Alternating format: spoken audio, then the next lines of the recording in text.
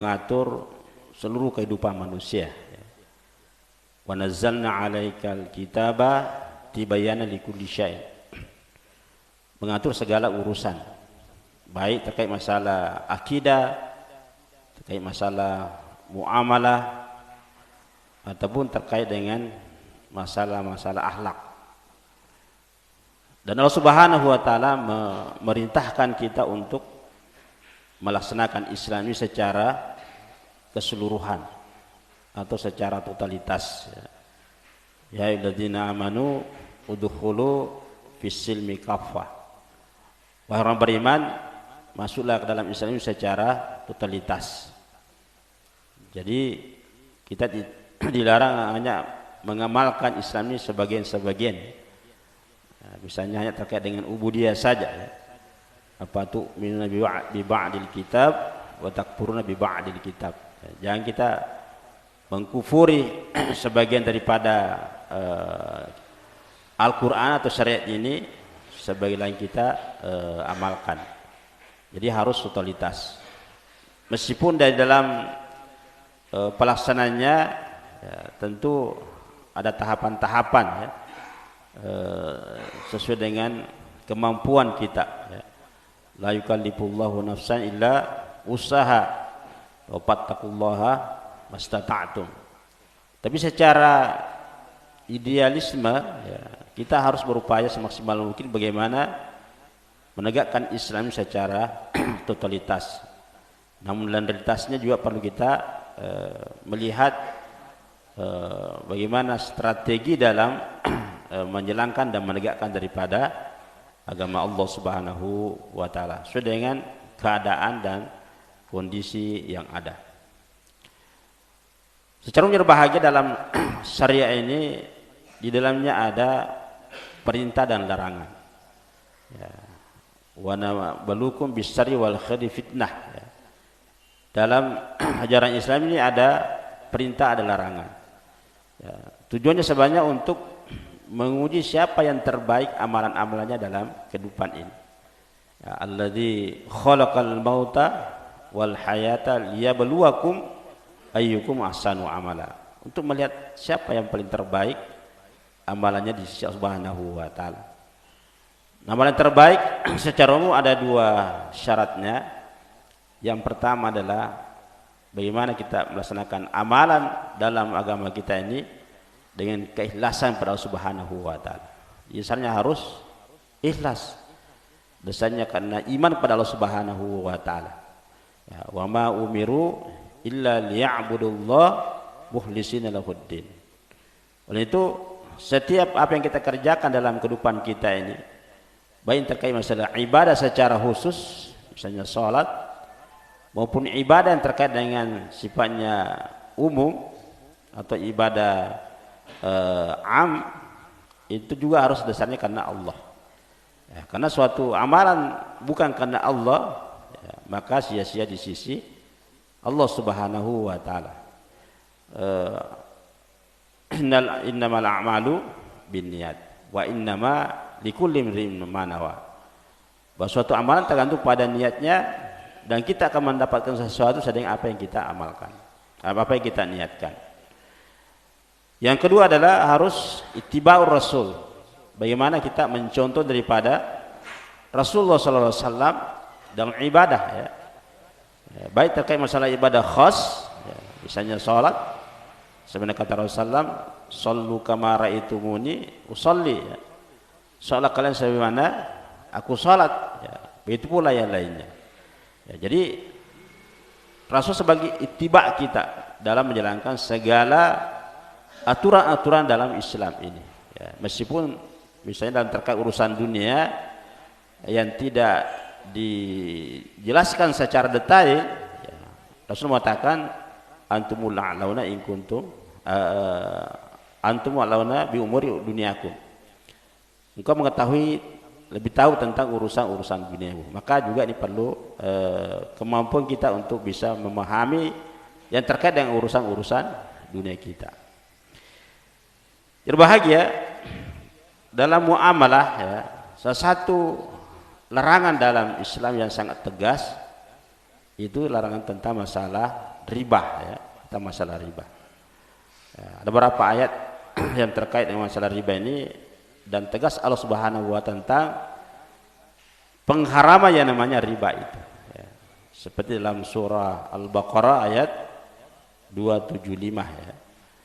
Allah SWT berfirman, alladzina ya'kuluna riba la yakumuna illa kama yakumul ladzi yatakhabbathu syaitan minal mas. Dzalika bi annahum qalu innamal bai'u mithlu riba. Ya. Sungguhnya kata Subhanahu wa taala, orang-orang yang makan riba atau menggunakan sistem ribawi, maka dia tidak akan berdiri melainkan seperti orang yang kesurupan ya, atau kesetanan itu. Karena menganggap riba itu sama dengan jual beli ya. Juga dalam ayat lain dikatakan, ya ayyuhalladzina amanu la ta'kulur riba adha'afan mudha'afa. Jangan, wahai orang beriman, janganlah kalian makan riba dengan secara berlipat ganda ya, dan seterusnya. Juga yang terkait tentang orang menganggap bahwa dan riba itu kita bisa mendapatkan keuntungan. Sebenarnya riba itu tidak terkait dengan keuntungan, justru menimbulkan kebinasaan ya. Wa ma ataitum mir riba liyarbu fi amwalin nas fala yarbu 'indallah. Ya, bahwa orang mengira bahwa keuntungan riba itu akan bisa memberikan pertambahan harta di sisi Allah ya. Ya, atau pertambahan harta di sisi manusia, tapi di sisi Allah sungguh tidak bertambah harta itu hanya akan menimbulkan berbagai macam kebinasaan di dalam masalah harta atau masalah ekonomi. Jadi bahagia sedikit penjelasannya tentang apa itu riba. Riba secara bahasa ya, secara lughat bahasa kata az-ziyadah ya, yaitu tambahan ya, tambahan atau berkembang ya, ya, rubuhan dia berkembang. Jadi dalam Islam segala sesuatu yang bertambah itu sesuai dengan riba ya. Tapi tidak semua yang bertambah itulah riba ya, tapi dasarnya bahwa yang bertambah itulah disebut dengan riba, tapi tidak semua yang bertambah itulah riba. Nah, secara pengertian riba adalah sebenarnya kata Rasulullah, kullu qardin jarra fi naf'an fahuwa riba. Segala utang piutang atau pinjam-pinjam yang mensyaratkan ada tambahan atau manfaat itulah riba. Itu adalah riba. Contoh misalnya ya, saya pinjamkan si fulan 1 juta ya. Saya mengatakan boleh saya pinjamkan 1 juta, yang penting ada tambahan. Apakah tambahan itu bersifat nominal, misalnya tambah 100.000 atau persentase dari 100.000 tadi, atau hanya sekedar bahasa kiasan ya. Ya, misalnya saya pinjam 1 juta, yang penting is'al ya. Ya, yang penting tahu diri gitu ya. Atau juga ada manfaat lain. Boleh saya pinjamkan uang saya 1 juta, yang penting misalnya pinjam motornya. Nah, oleh itu tambahan yang terkait dari pinjaman tadi, apakah terkait dengan angka secara nominal atau persentase dari jumlah pinjaman atau isyarat atau minta manfaat daripada pinjaman itu, disebut dengan riba ya. Dan itu hukumnya dalam Islam dilarang.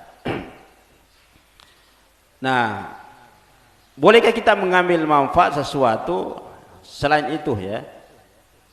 Nah, yang pertama adalah kalau pinjaman itu tidak disyaratkan, tidak ada persyaratan, kemudian yang meminjam itu ada tambahan, maka bukan riba ya. Misalnya tadi saya pinjamkan si fulan 1 juta ya, 1 juta. Saya tidak mensyaratkan ada tambahan. Saya tidak mensyaratkan tambahan. Tetapi si fulan tadi berikan tambahan. Ya, misalnya dia mengatakan, ya, ini ada ustaz 1 juta, ya. 100.000. Dia mengatakan, apa ini 100.000? Kan tidak perjanjian sebelumnya. Ya, dia mengatakan ini ucapan terima kasih ya. Ya, cening-cening hati gitu ya. Maka itu tidak masalah ya. Itu dalam misalnya kita tahu as-sanakum qada'ah. Jadi dalam misalnya sesuatu yang sunnah yang harus dijalankan atau dikembangkan adalah kalau kita dibantu orang lain, kita juga harus bahkan bantu ya, kembalikan lebih baik. Misalnya kita pinjam kendaraannya ya, pinjam motornya atau mobilnya ya. Maka kalau kita sudah pinjam, kembalikan, diisi bensin, dibersihkan dan sebagainya. Ya. Namun sebelumnya tidak boleh kita mensyaratkan bahwa boleh pinjam motor saya, yang penting isi bensin. Itu tidak boleh. Karena itu mengandung unsur ribawi. Ya. Karena pinjaman tidak boleh ada manfaat yang kita dapatkan dari pinjaman itu. Nah, tapi bagi kita berbahagia yang meminjam kepada orang lain harus juga tahu diri, ya. Harus is'al juga gitu. Ya. Is'alim ya. Ya, bahwa kita ini harus tahu diri ya. Paling minimal ucapan terima kasih. Ya. Kita memberikan lebih baik. Ya, dulu orang itu sama sih. Ingat ya, kalau kita misalnya dia pinjam periuknya atau embernya, di pulang itu ada telurnya, ada kue dan sebagainya. Itu budaya Islam itu. Ya, tapi jangan dipersyaratkan. Ya, boleh pinjam ya, periuk saya atau ember saya, yang penting nanti isi telur. Ya, pula. Itu enggak boleh. Ya, tidak boleh. Karena itu masuk kategori ribawi. Jadi dalam Islam kita harus memudahkan untuk membantu orang lain. Tapi jangan membantu itu ada kepentingan di sisi dunia gitu. Nah, ini sesuatu yang sangat indah dalam Islam terkait masalah utang piutang. Kita harus saling membantu. Karena dalam Islam membantu orang dalam bentuk utang itu merupakan perkara yang sangat mulia dalam Islam. Sangat mulia dan sangat dicintai oleh Allah Subhanahu wa taala. Man dzalladzi yuqridullahu qardan hasana fayudha'ifu lahu. Siapa yang memberikan pinjaman karena Allah ya. Jadi kalau kita memberikan pinjaman itu hanya mengharapkan ridha Allah ya. Tidak boleh mengharapkan ada keuntungan dari pinjaman itu.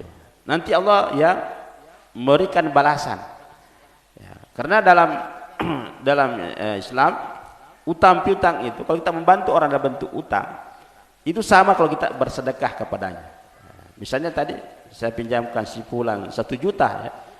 Maka itu sama kedudukan kalau kita bersedekah 1 juta kepadanya, meskipun uang itu kembali ya. Ya. Karena kewajiban daripada utang itu harus dikembalikan ya. Harus dikembalikan ya. Pinjam 1 juta harus kembali kepada pokok 1 juta ya. Jangan kebiasaan kita juga ini kalau dibantu orang ya, justru yang berikan utang itu menderita gitu ya, gitu ya. Bahkan juga salah satu kata Rasulullah, pencuri adalah orang yang malu meminta ya, malu meminta kepada orang lain. Oleh itu untuk bisa mengambil harta daripada saudaranya, dia alasan pinjam. Ya, alasan pinjam kan berarti masih ada kemungkinan untuk kembali gitu ya. Ya, tapi niatnya memang tidak mau bayar. Ya, jadi hanya pura menjadikan istilah pinjam itu dengan tujuan mengambil harta saudaranya, dan memang sudah ada niat tidak mau mengembalikan ya. Kan biasanya kalau orang minta kan merasa malu ya, atau misalnya merasa tidak nyaman gitu ya. Biasanya juga orang yang membantu tidak mau ya kalau minta, tapi kalau meminjamkan dia pasti mau ya, misalnya dia mau karena masih harapan ada kembali. Nah, sehingga kata Rasulullah termasuk dianggap pencuri adalah orang yang menghindari namanya minta kepada saudaranya, tapi dia menggunakan istilah meminjam dengan niat tidak mau membayarnya. Nah, itu banyak terjadi ya. Dalam kehidupan kita ini memang sengaja meminjam tapi dengan niat tidak mau membayar ya. Makanya Rasulullah mengatakan siapa yang meminjam kepada saudaranya dengan niat tidak mau membayar, maka Allah Subhanahu wa taala akan mempersulit untuk membayar utang itu dan diberikan kebangkrutan terhadap usahanya ya. Dan siapa yang berutang pada saudaranya dengan niat sungguh-sungguh untuk membayarnya, maka Allah akan memudahkan untuk membayar. Itu pasti tuh ya, itu bisa dibuktikan aja. Kalau kita punya utang sungguh-sungguh untuk bisa membayarnya, itu pasti Allah akan memudahkan untuk membayarnya ya. Itulah kata Rasulullah, khairukum ahsanukum qada'ah ya. Sebaik-baik kamu adalah orang yang memberi sesuatu lebih baik daripada sebelumnya. Dan salah satu perkara yang disuruh kita mensegerakan ya, di antara 3 itu perkara kan. Yang pertama, orang yang meninggal dunia harus disegerakan pengurusan jenazahnya. Yang kedua adalah orang yang mau menikah ya, jangan orang penaik ya, dipersulit untuk menikah ya. Yang ketiga adalah orang yang punya utang, segera bayar utangnya. Kata Pak Jika, lebih cepat lebih bagus ya, itu bayar utang. Jadi jangan ditunda-tunda bayar utang. Karena kata Rasulullah, matlul ghani az-zulmun. Siapa yang punya kemampuan untuk membayar utangnya tapi suka menunda-nunda, itu termasuk kezaliman. Dan kezaliman adalah zulumatu yaumil qiyamah. Dan utang termasuk perkara yang kegelapan nanti pada hari kiamat. Maka kita tidak boleh bermain-main dengan utang ya, harus segera diselesaikan. Bahkan Rasulullah SAW tidak mau ya, mensolati orang yang punya utang. Makanya jadi sudah kita harus lakukan pada kaum muslim bahwa sebelum jenazah ini disolatkan ya, jangan disolatkan sebelum disampaikan kepada halayak siapa yang punya utang kepada si mayit ya. Kalau ada harus disampaikan dan ada pengakuan dari keluarganya untuk melunasi utang-utangnya ya. Karena utang ini terkait dengan amalan kita, bahwa amalan seseorang nanti di akhirat itu terkait dengan utangnya, tidak akan diserah terimakan oleh Allah sebelum ya utangnya diselesaikan ya. Bahkan kata Rasulullah, orang yang mati syahid pun ya itu tertunda masuk surga gara-gara utang ya. Maka perlunya kita ini menyelesaikan muamalah kita ini sampai punya utang tidak diselesaikan ya. Biar bahagia itu beberapa sedikit pengetahuan tentang masalah riba ya. Nah, apa dampak riba dalam kehidupan kita? Secara umum dalam Al-Quran, semua yang terkait dengan apa yang dilarang oleh syariah itu pasti memberikan keburukan bagi kehidupan manusia. Itu secara umum ya. Begitu sebaliknya, apa yang diperintahkan oleh syariah itu pasti baik ya. Jadi wa yuhillullahu thayyibat wa yuharrimullahu al-khaba'ith. Apa yang diperintahkan oleh Allah pasti baik ya. Cobalah kita bisa meneliti ya, melihat segala perintah Allah itu pasti baik ya. Perintah sholat, perintah puasa, zakat, haji, perintah beramar ma'ruf ya, dan seterusnya, itu semua adalah kebaikan dan tidak ada pertentangan dalam hati manusia tentang perintah itu pasti memberikan kemaslahatan bagi kehidupan manusia. Sedangkan kalau keburukan itu pasti memberikan mudarat, dan tidak sesuai dengan fitrah manusia, itu keburukan. Contoh misalnya perzinahan ya. Tidak ada ya orang mengatakan perzinahan itu baik ya, meskipun dia seorang pelaku perzinahan ya. Karena kita dengar sejarah ya, ada seorang masuk Islam, disampaikan, ya Rasul, saya ini mau masuk Islam tapi saya tidak mau tinggalkan profesi saya sebagai pezina gitu ya. Rasul mengatakan ya, tidak juga langsung marah gitu, tidak langsung menghardik, tapi beliau memberikan gambaran ya. Gambarannya begini, bahwa kalau kamu berzina dengan istrinya orang ya, bagaimana pendapatmu kalau istrimu dizinai orang ya? Dia mengatakan, saya akan marah ya Rasul, bahkan saya akan membunuh orang yang menzinai istri saya. Terus bagaimana kalau saudara perempuannya orang kau zinai? Terus bagaimana perasaanmu kalau saudara perempuan dizinai? Ya pastikan saya akan marah ya Rasul ya, saya akan membunuh orang itu. Kenapa dia menzinai saudara perempuan saya? Begitu pula dengan juga yang lain ya. Kalau kau menzinai orang lain, sama juga perasaan daripada orang lain.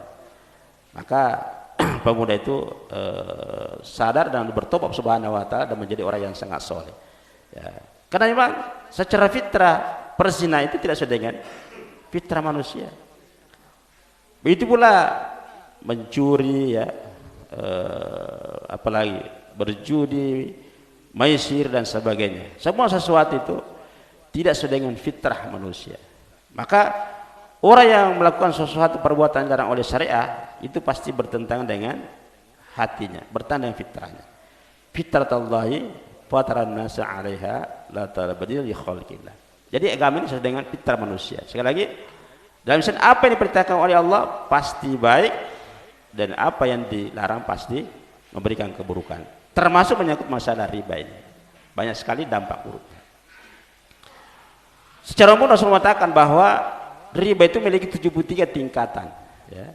Memiliki 73 tingkatan. Yang paling ringan dosanya adalah sama kalau seseorang berzina dengan ibunya sendiri. Itu paling ringan, ya. Saruha misluha yunkil ummuhu, ya. Yunkil mar'u ummuhu. Seperti orang yang berzina dengan ibunya sendiri. Berzina kan sudah merupakan dosa besar. Nah, menzina ibu sendiri, ibu kandung, ya. Jadi sudah merupakan dosa murakab. Nah, kami pernah teliti secara ekonomi, ya. Kenapa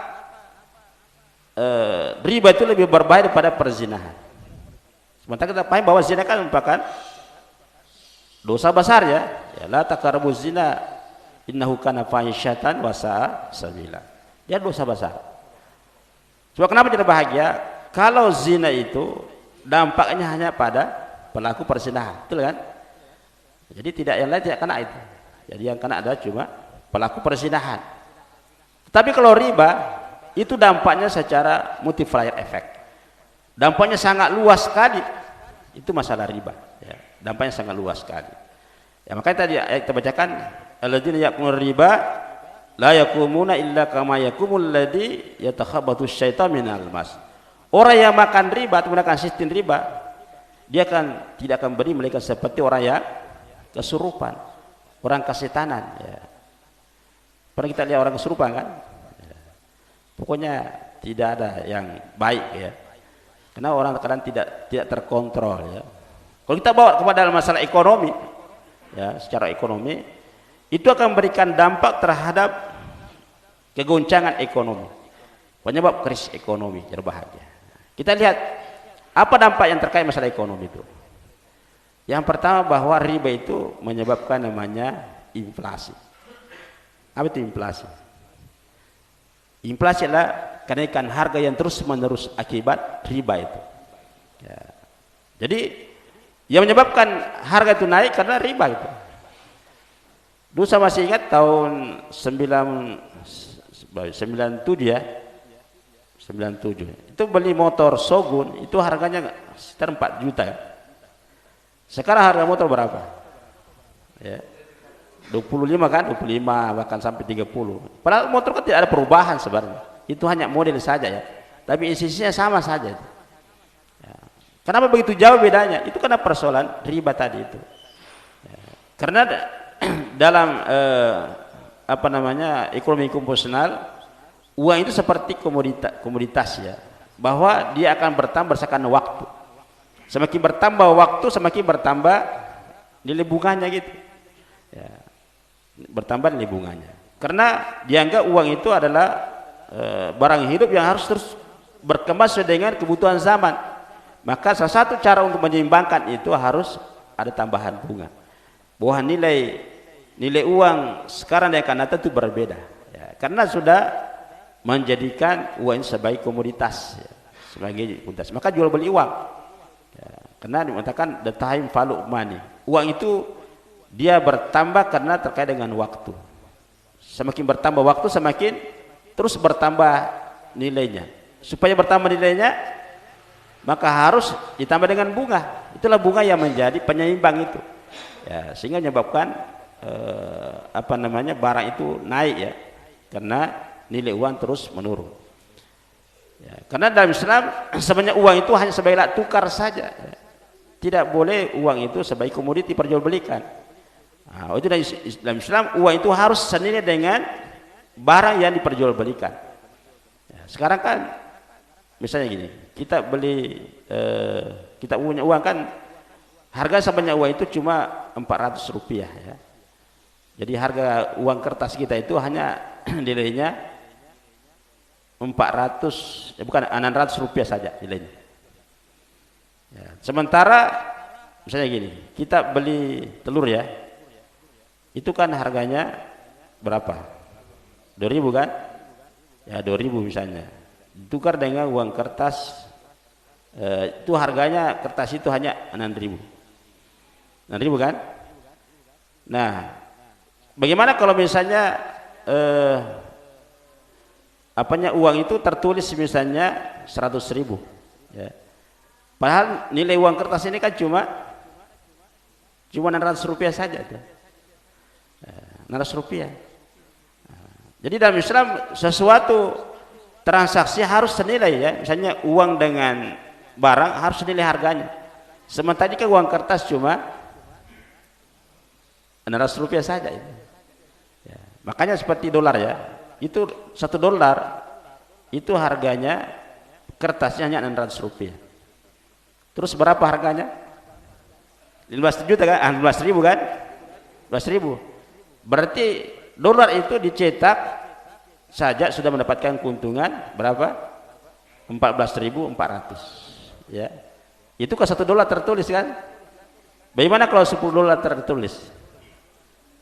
Harga bahannya banyak, tetap 600, ya. Sementara tadi kan ke $10 berarti 150.000 kan?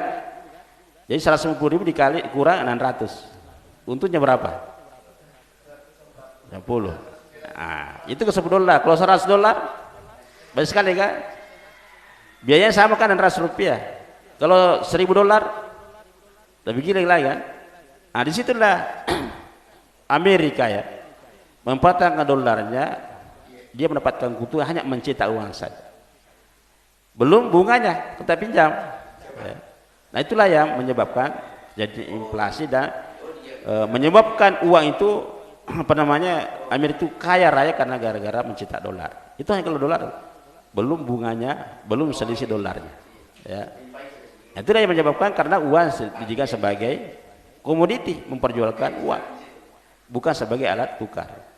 Ya makanya dalam Islam nilai uang itu tidak pernah berubah ya.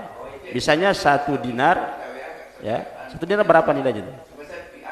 Itu kan sekitar 4,26 gram ya. Ya 4,26 gram. Dulu harga kambing pada zaman Rasulullah harganya 1 atau 2 dinar kan. Nah sekarang harga kambing berapa? Sama sekarang. Ada kambing kan 3 sampai 4 juta kan? 3 sampai 4 juta. Itu harga kambing. Nah harga kambing pada zaman Rasulullah itu sama dengan sekarang. Ya, 1 dinar atau 2 dinar. Tidak berubah. Nah itulah sebabnya dalam Islam nilai barang dengan nilai uang harus sama. Ya, sehingga terjadi keseimbangan ekonomi. Nah sekarang kan sekarang nilai uang itu tidak sama dengan nilai barang. Bagaimana cara supaya nilai barangnya sama dengan nilai uang kertas tadi ini? Nah, caranya adalah dikasih bunga supaya seimbang nilainya. Nah, sehingga itulah terjadi namanya gelembung ekonomi ya. Kelihatannya banyak tapi tidak ada nilainya. Nah, itulah yang menyebabkan ketimpangan ekonomi. Jadi sekali lagi riba itu menyebabkan yang namanya inflasi. Lalu terjadi inflasi, apa terjadi? Maka daya beli masyarakat akan semakin berkurang. Ya, dulu misalnya saya masih ingat kalau kita beli roti pawa ya, itu roti pawa tahun berapa itu? 90-an itu hanya 5 rupiah, betul ya? 5 rupiah kan? Sekarang roti pawa sekarang berapa? 5.000 kan? Nah, jadi kalau kita punya uang 5 rupiah dapat 1 roti pawa. Sekarang kalau punya uang 5.000 saat itu misalnya berapa roti pawa bisa dibeli? 1.000 kan? 1.000 biji. Jadi kalau antum punya uang 5.000 pada saat yang lalu itu mendapatkan 1.000 roti pawa. Sekarang cuma 1 roti pawa. Ya, begitu tidak seimbangnya namanya nilai keuangan itu. Maka salah satu cara untuk bisa menyeimbangkan itu maka dikasih bunga. Nah, itulah yang menyebabkan terjadi kenaikan harga yang menyebabkan daya beli masyarakat semakin susah. Nah, itu yang pertama ya. Yang kedua adalah bahwa riba itu menyebabkan tidak bergeraknya namanya sektor real ya, sektor usaha. Ya, kenapa? Karena bunga itu ya atau riba itu akan menghambat terhadap kegiatan sektor real. Karena dalam Islam semua transaksi itu harus terkait dengan sektor real ya. Misalnya jual beli. Ya, jual beli itu kan uang dengan barang kan. Dengan adanya barang berarti menggerakkan sektor usaha, betul ya? Ada barang yang dihasilkan, ada barang diciptakan. Ya, kalau kita menciptakan barang berarti ada sumber daya bahan baku, ada tenaga kerja kan, ada pasar sampai sehingga menggerakkan industri gitu. Tapi kalau riba tidak ada, uang dengan uang kan, ya, tidak ada hubungan dengan sektor real. Ya, sehingga riba itu tidak ada hubungan dengan sektor real. Ya, maka dalam apa namanya dalam ekonomi, misalnya namanya ekonomi balon, kelihatannya banyak tapi tidak ada nilai realnya, gitu. Tidak menggerakkan sektor industri, tidak membuka sektor usaha, sehingga ya nanti dampaknya kepada lapangan kerja. Ya, kalau sektor industri, sektor apa namanya real ini tidak berjalan, maka susah membuka lapangan kerja. Dampaknya kalau susah lapangan kerja akan menyebabkan banyak pengangguran. Nah, jadi bahwa riba itu sangat relevan sekali terhadap tingkat pengangguran. Semakin tinggi suku bunga, ya, maka itu akan menyebabkan namanya sektor tidak berjalan, dan sektor tidak berjalan akan menyebabkan namanya tingkat pengangguran akan semakin banyak. Dan kalau pengangguran semakin banyak, apa dampaknya? Ya, kejahatan meningkat, kriminalitas meningkat. Ya karena pasti orang butuh makan, ya, butuh makan, dan makannya tidak bisa ditunda gitu. Ya, sehingga menyebabkan orang bisa melakukan kejahatan apa saja gitu untuk bisa memenuhi kebutuhan mendasar, ya, untuk memenuhi kebutuhan mendasar, sehingga ini akan berdampak terhadap stabilitas keamanan kita, sehingga kita susah merasakan namanya keamanan, tidak merasakan kenyamanan, ya, ya, sehingga menimbulkan ketidakharmonisan dalam kehidupan sosial masyarakat. Jadi ya, sekali lagi itu menghambat sektor ini. Yang ketiga adalah bisa menghambat namanya sektor investasi. Ya. Jadi suku bunga itu akan menghambat sektor investasi. Karena kenapa? Bunga itu masuk biaya, ya, masuk biaya. Ya. Sehingga kalau semakin tinggi tingkat suku bunga atau riba itu, maka akan menyebabkan terhambatnya investasi.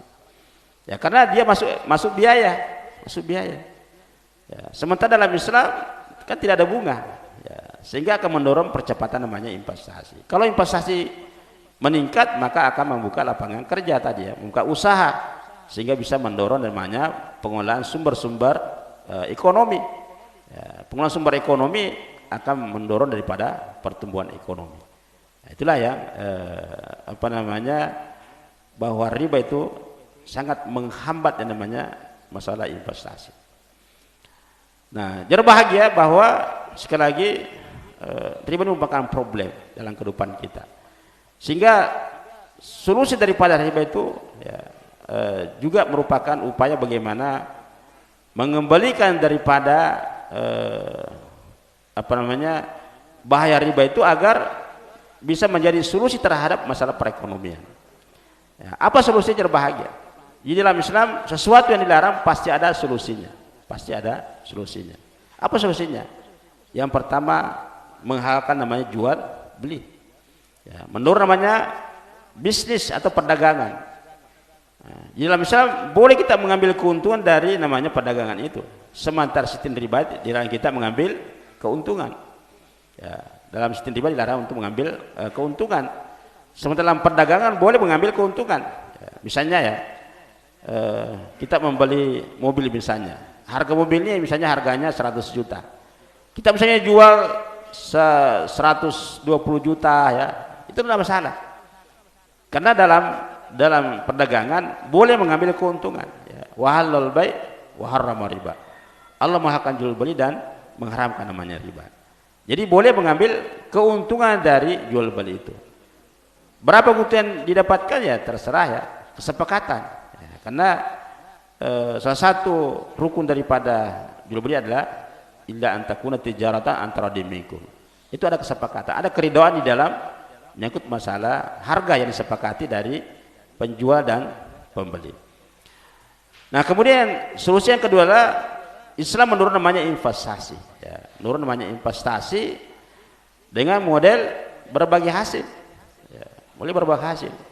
Dalam Islam Silakan kita bisa masukkan modal kita dalam suatu unit bisnis, ya, dengan cara kita berbagai keuntungan dari hasil yang didapatkan. Ya, jadi boleh kita menentukan berapa nisbah kesepakatan keuntungan yang disepakati. Ya, cuma di sini dalam masalah keuntungan itu tidak boleh dipastikan secara nominal. Tidak boleh dipastikan secara nominal. Misalnya saya investasi misalnya 50 juta, tidak boleh menentukan keuntungan secara nominal, tidak boleh. Ya, yang disepakati cuma nisbah, ya, nisbah dari keuntungan, ya, nisbah dari keuntungan. Ya, karena namanya keuntungan secara real itu kita tidak bisa memastikan. Wa ma tadri nafsum madza taksibu ghadan, ya. Orang tidak tahu berapa keuntungannya, tidak tahu keuntungan yang akan diperoleh masa yang akan datang. Maka disepakati cuma nisbah keuntungan saja. Berapa nilai nominalnya? Ya terserah nanti hasilnya berapa. Ya, disepakati cuma nisbahnya saja. Nah, itu salah satu solusi untuk bisa mendapatkan keuntungan dan cara investasi dengan model bagi hasil. Ada namanya mudharabah, ada musyarakah dan sebagainya. Nah, kemudian yang ketiga bisa masuk sektor jasa, ya, sektor jasa. Di dalam Islam untuk mengambil keuntungan, ya, karena mengharamkan riba boleh menggunakan sistem jasa. Ya, pakai misalnya ijarah, sewa menyewa, ya, sewa menyewa.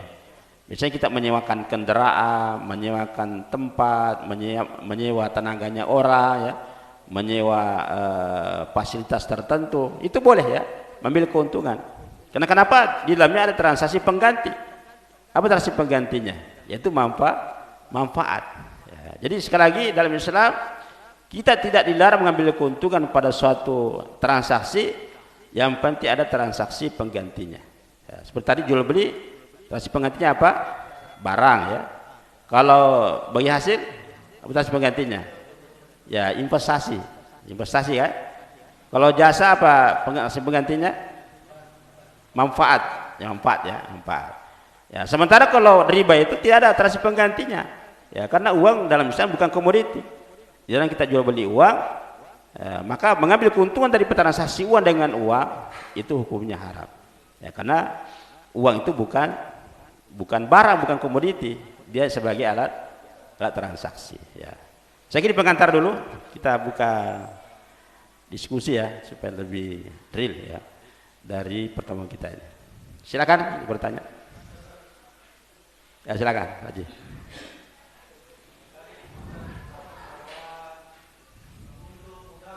Iya. Iya. Iya.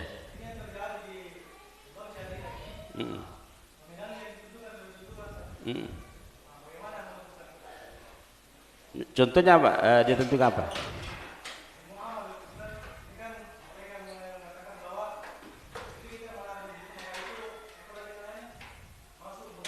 Iya.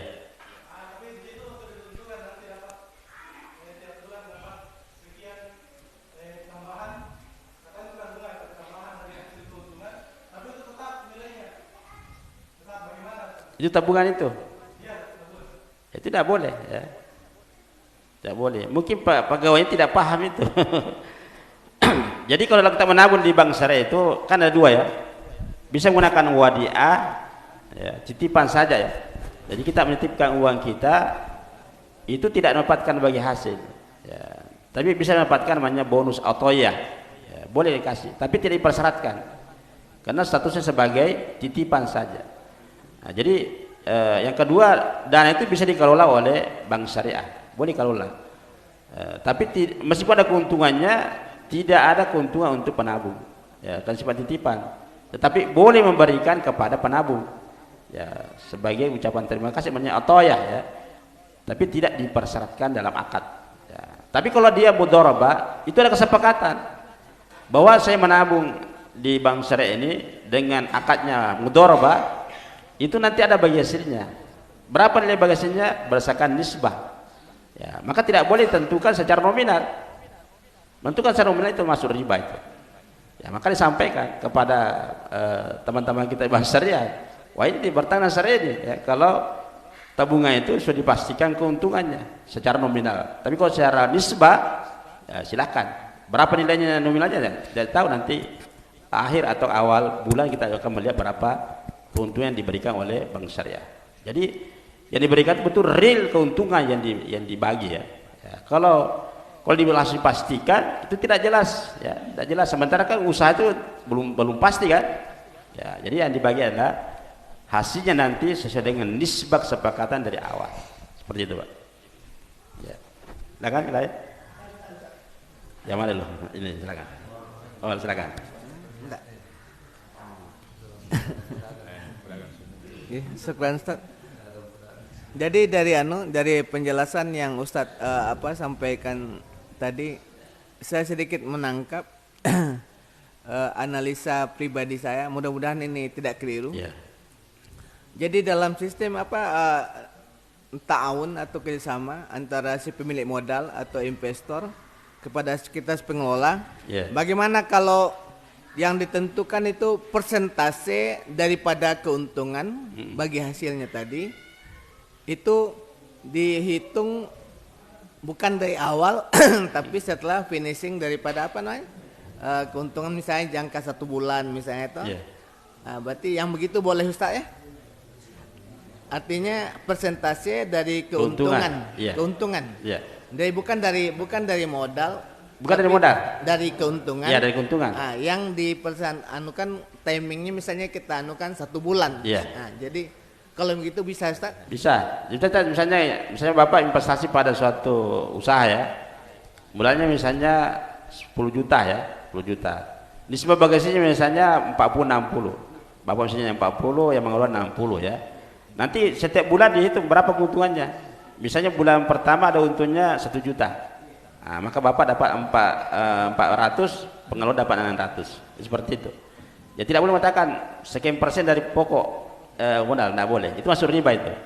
Ya, jadi sekali lagi yang dibagi adalah real daripada keuntungan. Nah, berapa nilai keuntungannya? Persentase dari keuntungan real.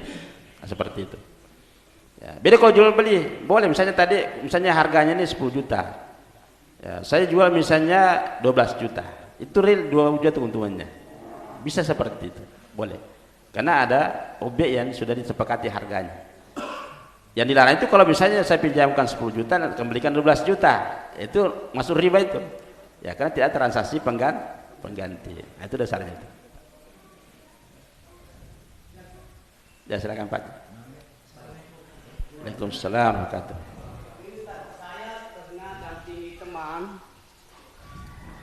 Saya pernah dampingi teman ini ambil uang di bank muamalat. Itu sekitar 200 juta. Jadi saya temani, ketika dia ambil, ditanya-tanya dengan teller. Ini rencana ambil rumah untuk apa Pak? Saya bilang mau beli rumah. Oh gini aja Pak, nanti kami yang belikan itu rumah harga 200 juta. Bapak enggak usah ambil uangnya 200 juta. Nanti 200 juta itu Bapak cicil ke bank muamalat. Toh? Tapi dalam jangka waktu 15 tahun cicil itu rumah yang kami belikan, dan 200 juta yang Bapak deposit itu jangan diambil selama 15 tahun. Jangan diambil. Jadi ketika lunas 2 kali dapat 2 keuntungan. 1 rumah ketika sudah lunas, 1 uangnya boleh diambil kembali ketika uang sudah lunas. Jadi 2 rumah uang bisa dia ambil yang selama tidak boleh diambil selama 15 tahun itu, dengan rumah ketika lunas sudah. Nah, itu gimana itu Ustaz di bank muamalat ini? Itu program saya lalu 5 tahun lalu, enggak tahu program itu apa ada atau tidak, sekarang saya enggak tahu. Itu bagaimana itu? Pertama harus jelas transaksinya. Misalnya itu harus jelas transaksinya apa. Apakah mau pinjam atau beli rumah misalnya. Kalau dia beli rumah maka jelas objek rumah itu rumah yang mana ya. Apa spesifikasi rumah itu, kita sudah melihat objeknya. Maka kalau kita sepakat misalnya tadi harga beli rumah ini ya, harga pokoknya itu 200 juta. Nah berapa harga dijual oleh bank muamalat, harus sepakat dulu ya. Harus jelas. Misalnya dia jual 250 juta misalnya ya, akan dicicil selama berapa bulan ya. Misalnya katakanlah 5 tahun ya, berarti 6 bulan. Ya 60 bulan kan, 60 bulan. Berarti 290 juta dibagi 60. Itu yang dicicil. Ya. Berarti tidak dapat yang lainnya nanti, tiada lagi dapat 200 juta itu nggak boleh. Ya harus jelas itu Pak. Ya harus jelas. Jangan sampai 200 juta itu adalah pinjaman. Ya, pinjaman nggak boleh. Maka semua harus jelas. Ya, ya mungkin dia promosi seperti dia, tapi dia tidak tahu maksudnya.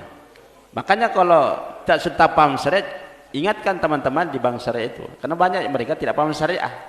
Ya, karena kan memang secara umum ya, pengelola bank syariah itu bukan orang yang paham syariah. Banyak dari sekolah umum ya yang memang dikondisikan untuk mengelola tidak betul paham syariah dengan baik. Maka kalau ada persoalan begitu harus diingatkan, disampaikan. Ya, terutama sampaikan DPS-nya kan apa namanya di setiap bangsa itu ada DPS-nya, Dewan Pengawas Syariahnya, bahwa ini eksploitasi tidak dibolehkan, melanggar fatwa terhadap ulama itu. Ya, saya termasuk juga DPS beberapa bank syariah, ya, itu betul kita periksa apakah betul pembeli jual beli ini ada objeknya. Kalau ada objeknya apa namanya, berapa harga jualnya, berapa harga belinya, berapa harga jualnya, berapa lama dicicil dan sebagainya. Itu harus jelas itu. Kalau tidak jelas, ya, paling minimal mengandung unsur gharar. Ya, tidak boleh berpisah antara transaksi beli rumah dengan pinjaman tadi 2 juta, ada 200 juta nggak boleh. Ya, harus semua jelas supaya tidak terjadi gharar, apalagi kemungkinan bisa terjadi namanya riba ya pada transaksi itu. Gitu Pak. Ya itu kan. Iya pasti. Pasti. Oke, lain? Silakan Pak Haji. Siapa dulu? Atau yang pengen dulu mak itu karena ada mak ini. Ya, Assalamualaikum warahmatullahi wabarakatuh. Ya. Silakan. Terima kasih Ustaz. Ini menarik diskusi pagi ini, Coffee Morning. Yang pertama, Islam pasti punya solusi. Ya betul. Hanya pertanyaan sekarang, siapa yang memegang solusi itu? Ya. Apakah pemerintah yang memegang solusi atau lembaga-lembaga keuangan Islam yang harus punya lembaga pemegang solusi? Yeah. Andai kata masyarakat butuh itu, katakanlah sistem yang di keuangan bank-bank sekarang ini yang konvensional maupun yang berlabel syariah tidak cocok, kemana kita? Iya betul. Nggak ada tempat jalan keluarnya. Kita ragukan bank syariah tadi, wah ini tidak cocok dengan label syariah saja. Nah sekarang ketika kita mau syariah kan di mana bank kita mau tuju? Tidak ada lembaga yang mengcover itu. Itu yang pertama. Yang kedua berkaitan dengan sistem yang akan dibangun. Yeah. Sampai saat ini yang mengawasi bank-bank syariah itu siapa? Ada BNI Syariah, ada apa syariah? Apakah OJK bisa mengawasi sistem syariah itu secara full gitu? Itu yang terima kasih. Assalamualaikum warahmatullahi wabarakatuh. Ya, memang tadi bahwa segala sesuatu ada solusinya dan bisa semua ada solusinya. Ya. Memang persoalan syariah kan sangat rumit ya dan komplik. Ya. Karena memang negara kita ini bukan negara syariah ya, itu masalahnya. Maka secara umum dalam konsep fikih waqi bahwa kalau tidak semuanya bisa kita laksanakan dulu ya jangan hilang semuanya gitu. Nah, itu konsep wakilnya itu. Makanya munculnya bank syariah itu merupakan salah satu solusi terhadap perbankan konvensional. Soalnya secara regulasi, ya, secara operasional itu sudah jelas fatwanya. Ya. Bahkan sekarang ini sudah sekitar 160 fatwa tentang masalah produk-produk syariah itu. Ada semua itu. Termasuk operasional bank syariah ada semua itu. Ya, cuma yang masalah itu adalah mungkin teman-teman di bank syariah itu masih banyak yang kurang paham. Ya, maka di bank syariah itu regulasinya itu di bawah otoritas OJK, otoritas jasa keuangan. Yang kedua di bank syariah itu ada namanya DPS, Dewan Pengawas Syariah. Itu yang difungsikan itu. Ya, makanya kalau ada masalah di lapangan harus diingatkan, ya diingatkan. Jangan bank syariahnya dikecam bahwa oh tidak syariah gitu ya. Kalau itu tidak usah lagi ya. Ya kan Kita kan tidak bisa kafah, sama juga kita semua kan tidak kafah semua kan. Ya, jangan melihat orang itu keislaman dia kan totalitas semua ya. Kita sendiri punya kekurangan gitu ya. Bangsa juga begitu, tidak ya, belum bisa dikatakan full syariah, belum. Tetapi kalau misalnya tidak full syariah, kita mengatakan kalau itu tidak usah lagi ya. Maka tugas kita lah menasihati, memperbaiki ya kalau ada masalah seperti itu. Itu seperti itu karena aturannya sudah ada. Petunjuk operasi syariah itu sudah ada semua ya. Fatwa tentang misalnya jual beli ada, bagaimana aplikasinya di lapangan ada semua ya. Masalah mudharabah, musyarakah, masalah ijarah, semua lengkap itu aturannya. Ada semua fatwanya dan bagaimana konsep penerapannya ada semua. Nah, tinggal tadi yang melaksanakan ini apakah dia paham betul, apakah dia konsisten atau tidak gitu. Ya, maka ini perlu kita saling menasihati. Jangan hanya ada mungkin satu kesalahan atau kehilapan kita kalau begitu tidak usah ini. Sama dengan kumpulan ini ya. Itu nggak boleh. Kita harus saling memperbaiki, saling mengingatkan. Bahwa kita ini kan satu tubuh ya. Sistem ini harus kita bangun bersama. Kalau ada kesalahan diperbaiki, ada yang belum baik diperbaiki. Jangan gara-gara hanya satu bermasalah kita menjas bahwa ya tidak usah kalau begitu paling. Ya. Atau juga bisa kita membuat sendiri kalau mau. Persoalannya apakah ada tenaga kita yang siap juga seperti itu. Ya, misalnya kita buat bentuk koperasi syariah. Ya, itu bisa. Kita kalau sendiri. Tapi persoalannya apakah ada teman-teman ya, ada ikhwah misalnya yang mengelola itu dan punya kemampuan juga mengelola. Ya, karena mengelola lembaga keuangan syariah itu pertama paham syariah. Yang kedua paham tentang manajemennya. Ya, itu dua-duanya itu. Jadi mencari orang seperti langka itu ya. Dia paham tentang masalah konsep syariah, dia juga paham tentang masalah manajerial. Jadi itu masalahnya itu sekarang itu. Jadi beda kalau konvensional cukup manajerialnya saja.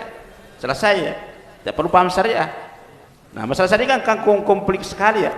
Sangat kompleks sekali dalam penerapannya. Memang secara teori begini tapi dalam menerapkan itu biasanya agak kesulitan. Ya, maka perlu ada pengetahuan dan pengalaman di dalam mengelola dan mengembangkan namanya lembaga keuangan syariah. Bukan saja bank, banyak pegadaian syariah, asuransi syariah, ya pasar modal syariah, ya belum yang lain nanti misalnya hotel syariah, mungkin nanti ada panti pijat syariah, ya bisa tukang cukur syariah, itu semua itu Pak. Ya destinasi wisata syariah, bagaimana itu destinasi wisata syariah itu ada konsepnya semua itu. Nah, jadi bukan hanya bank syariah, jangan mengatakan kalau misalnya itu hanya bank syariah saja, tidak. Ya, semua itu. Kita membuat investasi, bagaimana investasi syariah, itu ada semua aturannya itu, Pak. Ya, ada modelnya semua. Ya, contoh saja misalnya gini, masalah halal ya. Misalnya Bapak minum kopi, apa jamin itu halal? Tidak kan? Apa dasarnya dia halal? Apa itu pembuatan kopi itu kan halal? Tapi tidak ada proses, apakah proses pembuatan kopi ini halal tidak? Ya karena dalam masalah sertifikasi halal itu proses pembuatan kopi itu harus dilihat semua. Misalnya bagaimana cara petiknya? Apakah tidak mengandung situ hal yang terkasih najis misalnya? Saat dijemur, apakah dijemurnya itu tidak dekat dengan tempat najis? Ya kalau dekat, misalnya di situ ada kotoran anjing, kotoran binatang lain ya, itu tidak boleh, tidak boleh. Karena kenapa bisa terinfeksi oleh najis itu? Ya. Bisa mengangkut kopi itu dengan misalnya truk ya, truk ini pernah dipakai juga mengangkut misalnya babi, tidak boleh, ya, tidak boleh. Itu tidak halal itu, ya halal. Begitu seleksinya untuk membuat namanya kopi halal. Makanya kalau misalnya Bapak membeli kopi ya, lihat dulu apakah ada label halal yang tidak. Kalau tidak ada label jangan beli. Ya tidak dijamin halal. Itu kopi, bagaimana yang lain misalnya bakso ya. Bapak makan bakso yakin yang halal? Tidak kan? Makan contoh apa jamin halal? Beli ayam apa halal? Ah, itu parah lagi Pak itu. Jadi sangat itu ya sangat kompleks sekali ini ya. Jangan katakan orang muslim yang menjual. Ya bisa jamin Pak. Apakah dia paham syariah? Misalnya gini, cara potong ayam itu apa syariah tidak? Itu ada ilmunya itu.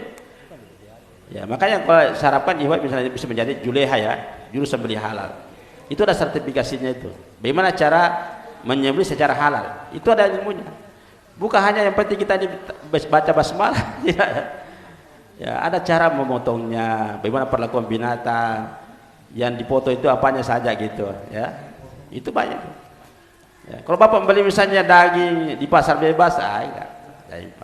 Bahkan itu banyak bangkai kita beli, ya. Banyak itu, Pak. Kita makan coto bukan coto bangkai, apa coto yang halal, tapi bangkai kita beli. Ya, sudah mati kan? Sudah mati memang. Atau mungkin dipoto tapi tidak sesuai dengan syariat. Nah, itu semua konflik bagi kita. Maka kita tidak bisa melihat secara ini hanya persoalan terbatas. Dia sangat komplit sekali. Ya, termasuk masalah keuangan tadi. Silakan. Masih ada? Ya, silakan. Lembaga keuangan BAS dan LAS. Ya. Sebenarnya itu kan dana abadi. Ya. Islam, dana abadinya Islam sebenarnya. Ya, BAS ya. Dan LAS itu. Hanya persoalan sekarang, apa tidak bisa digeser menjadi lembaga yang bisa memberi apa ya bantuan kepada Muslim yang membutuhkan lewat model. Ya. Tapi kan ya. Kan lembaga sosial kita kan lembaga keuangan sosial ya, itu ada namanya LAS, ada BAS ya. Jadi sekarang itu sosial kecuali ada badan hukumnya, yaitu BAS atau LAS ya, atau UPZ. Itu secara undang-undang negara kita ini. Tidak boleh lagi membuat yayasan untuk mencari sumbangan secara bebas, tidak boleh. Karena itu melanggar aturan negara ya. Nah, di BAS kan ini ada dua sumber ya, ada zakat. Itu kan jelas peruntukannya ya. Innamas shadaqatu lil fuqara wal masakin ya, wal amil dan seterusnya. Itu kan 8 golongan itu. Itu tidak boleh lepas daripada ke 8 golongan itu.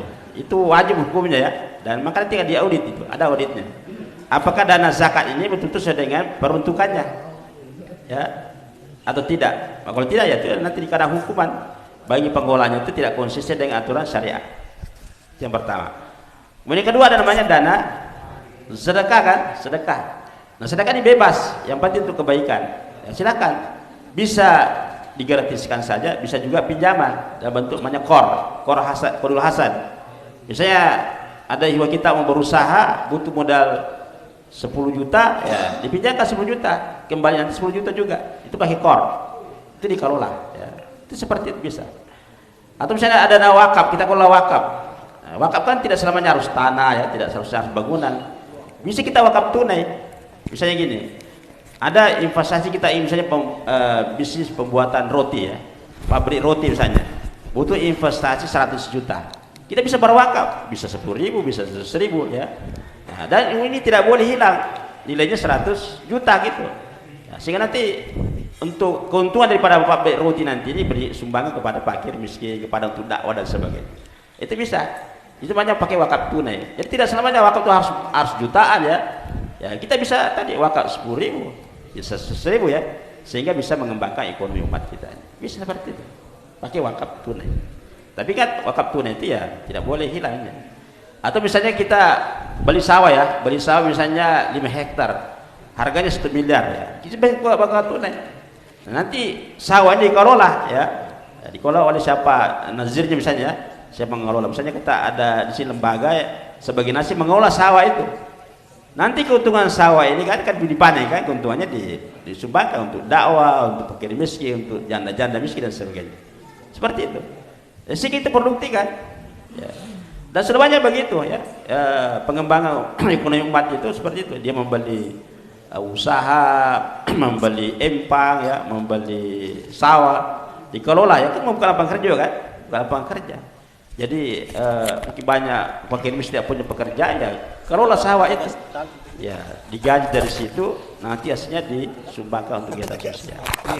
Itu banyak ya. Kritis kita ada mengembangkan dana-dana umat ini perlu dilakukan ya.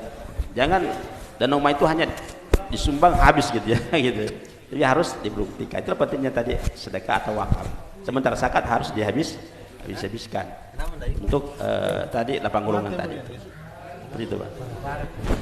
Ya. Kalau bisa kita ini kalau ada UPC-nya bagus sih kembang aja atau LAS ya. Mungkin kondisi cocok LAS ya, lembaga amil zakat. Coba dikelola itu.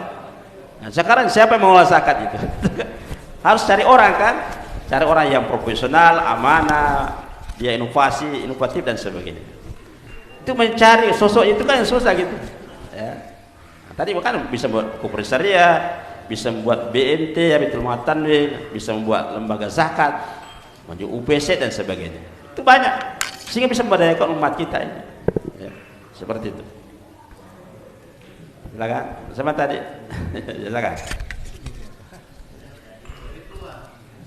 Assalamualaikum warahmatullahi wabarakatuh. Waalaikumsalam. Yang saya mau tanyakan persoalan saudara-saudara kita yang masih terlibat dalam lembaga-lembaga keuangan yang masih mempraktekkan masalah riba. Terus hukum bagi mereka yang selama ini kita dengar bahwa siapapun yang terlibat dalam proses mulai dari A sampai Z keluarnya uang riba kemudian mereka gunakan itu tetap terkena hukum itu. Kemudian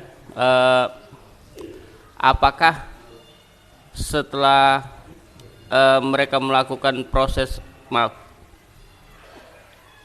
sementara mereka sudah pahami hukumnya melalui tayangan di YouTube dengan penyampaian teman-teman dan alhamdulillah mendapatkan hidayah dari Allah, apakah boleh dengan pendapat beberapa orang mereka sambil menunggu pekerjaan yang lain baru mereka keluar, atau secara ekstrim mereka langsung keluar, nah sementara mereka harus hidupi keluarga mereka?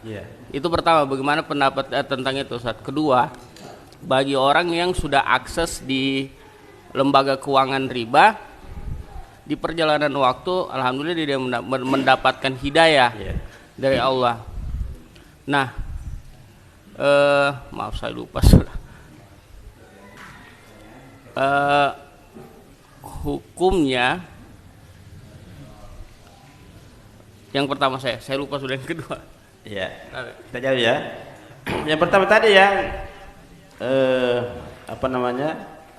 dia bekerja di lembaga ribawi ya, apakah itu bank, koperasi ataukah banyaklah jenisnya. Yang pertama secara idealnya tentu harus meninggalkan.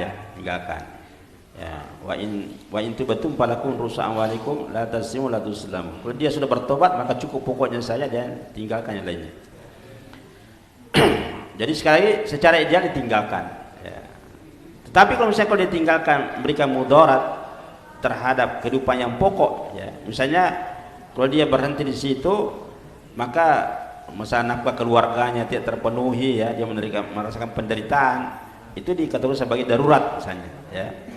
Dia menderita kalau tidak di situ, maka dia harus bertobat dan berupaya mencari sampai setelah itu didapat maka dihentikan, seperti itu. Itu pendapat ulama ya, bahwa boleh sementara tapi tidak boleh ridho dengan pekerjaan itu, ya, karena kalau dia misalnya dia tinggalkan menekan mudarat keluarganya, tapi dia harus berusaha maksimal mungkin agar ada alternatif yang halal selain yang tadi itu, ya. Nah, itu pendapat karena dianggap sebagai darurat, maka darurat itu bisa membolehkan yang haram, ya, dan sampai dia bisa mendapatkan yang lebih baik. Tapi kalau ekstrim sekali juga dan menekan mudarat, ya tentu harus tinggalkan, ya, jadi seperti itu. Nah kemudian yang kedua, bagi misalnya yang terkait dengan transaksi ribawi dan dia sudah mau berhenti, mau bertobat dari situ, maka pertama kalau dia punya sumber dana yang bisa menutupi maka diselesaikan, ya. Atau misalnya ada teman yang bisa membantu menyelesaikan, nanti dia cicil kepada yang meminjamkan itu, ya, tanpa ada keuntungan, ya. Kemudian juga sekarang bank syariah ada namanya fasilitas dana namanya hiwalah, ya, pengembalian utang.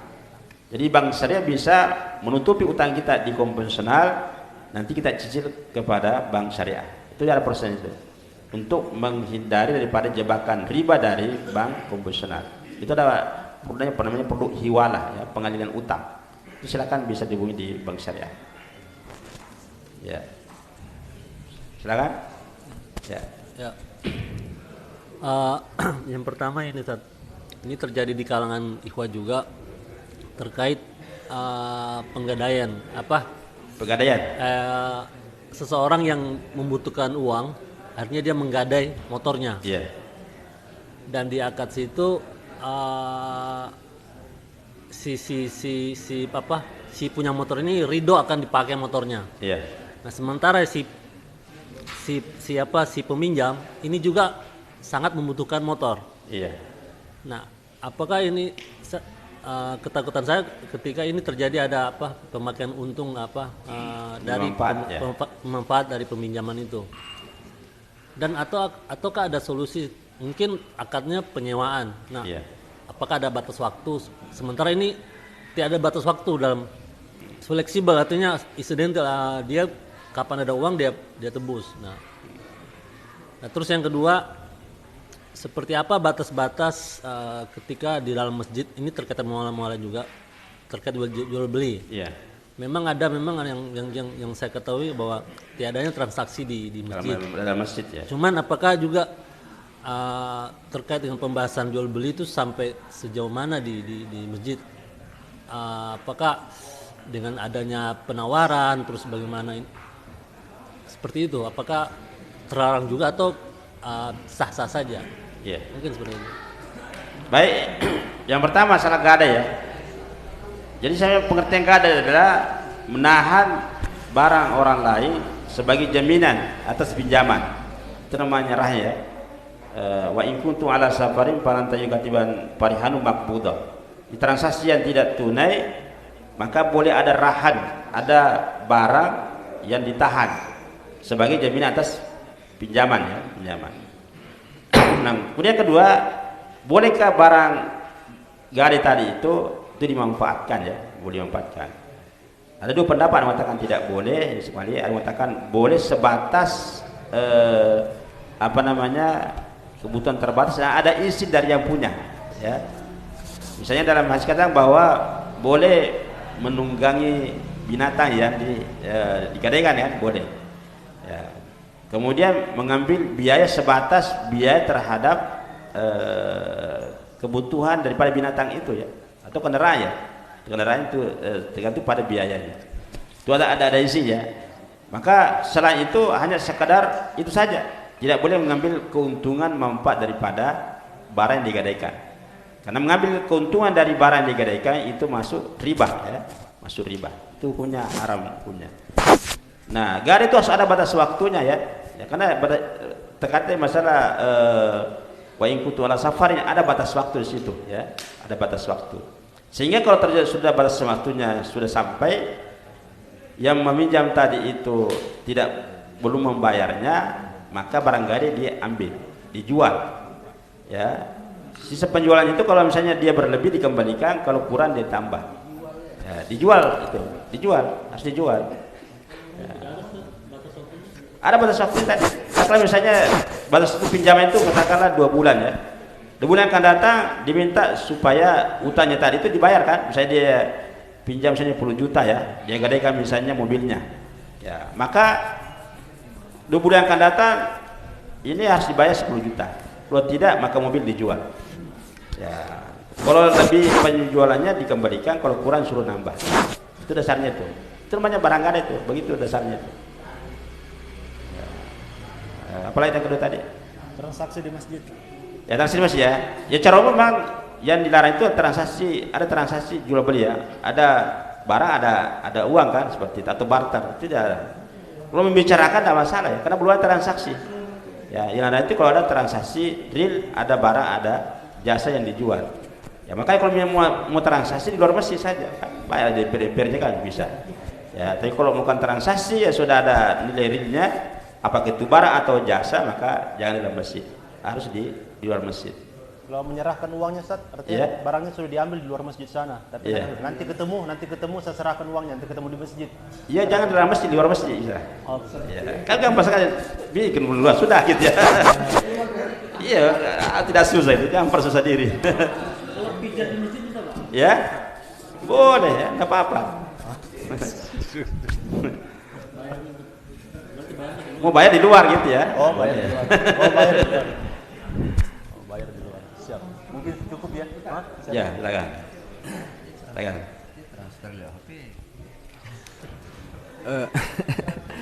Ya, syukran atas kesempatan lagi. Sebenarnya Ustaz, saya memandang keadaan umat ini secara keseluruhan. Kenapa kita selalu mencari alternatif lain dalam transaksi konvensional atau yang lebih ekstrim kita kenal dengan istilah riba. Riba ya. Nah, pada mekanisme atau sistem yang terjadi pada konvensional, di situ ada sanksi. Ada sanksi. Nah, jadi orang-orang belakangan, orang-orang kekinian ini nanti dia anut kalau ada sanksi. Sementara sistem syariah yang menerapkan aturan Allah, yang mengharap semata-mata pahala dari Allah bagi penyedia kemudahan atau yang meminjamkan atau yang mempercayakan sesuatu. Tapi masalahnya sikap mental daripada kaum muslimin pada hari ini ini bermasalah, Ustaz. Bermasalah. Sehingga tatkala kapan tidak ada sanksi, mereka itu melupa-lupakan atau memudah-mudahkan, memandang enteng atas kewajiban yang ada di pundak-pundak mereka. Ini jadi masalah. Jadi solusi saya itu, Ustaz, sebenarnya kembali kaum muslimin sadar akan namanya itu sebuah, kalau utang dia utang. Nah, kalau amanah itu amanah, itu baru barangkali bisa diterapkan sistem tadi yang sistem syariah. Jadi sikap mentalnya ini yang perlu diperbaiki dulu, Ustaz. Ya, betul. Jadi begitu, Ustaz. Ya, tapi memang ada edukasi ya. Seperti kan ada edukasi nih dilakukan. Dan itu tanggung jawab kita semua. Bagaimana mencerahkan umat ini ya. Itu yang pertama. Yang kedua, apa yang sudah bisa kita laksanakan. Jangan menunda ya. Karena menunggu idealnya kan susah ya. Kapan idealnya susah itu. Maka apa yang sudah bisa kita kerjakan dikerjakan. Ya, la yukallifullahu nafsan illa usaha. Apa yang bisa dilaksanakan. Ya. Jangan menunggu idealnya, karena itu kan tidak ada ukurannya kan. Nah, ada ukurannya. Kita yakin bisa. Ya, alhamdulillah negara kita ini sudah memberikan jalan keluar ya. Misalnya undang-undang perbankan. Payung kita tentang bangsa sudah ada gitu. Ya, itu undang-undang zakat sudah ada ya, undang-undang haji semua. Tinggal kita bagaimana masalahnya memanfaatkan itu. Nah, cuma masalah kita ini ya, terlalu banyak menunggu, tapi kalau sudah ada tidak jauh laksanakan. Ya. Misalnya ada undang perbankan syariah, tapi terus bagaimana animo masyarakat ini? Di Indonesia ini baru sekitar 8% umat Islam menggunakan bank syariah. Ya. Jadi share market kita baru 8%. Jadi bagaimana bank syariah bisa berkembang? Karena yang literasinya baru share market kita baru 8% di Indonesia ini. Sementara kita jumlahnya berapa? 200.000 juta kan umat Islam. Tapi yang menabung berapa? Baru 8%. Ya, sementara kita ini keluar syariah tapi rekeningnya di bank konvensional. Ya, mengatakan bank syariah itu mahal. Ya, bagaimana bisa mahal? Karena baru sedikit.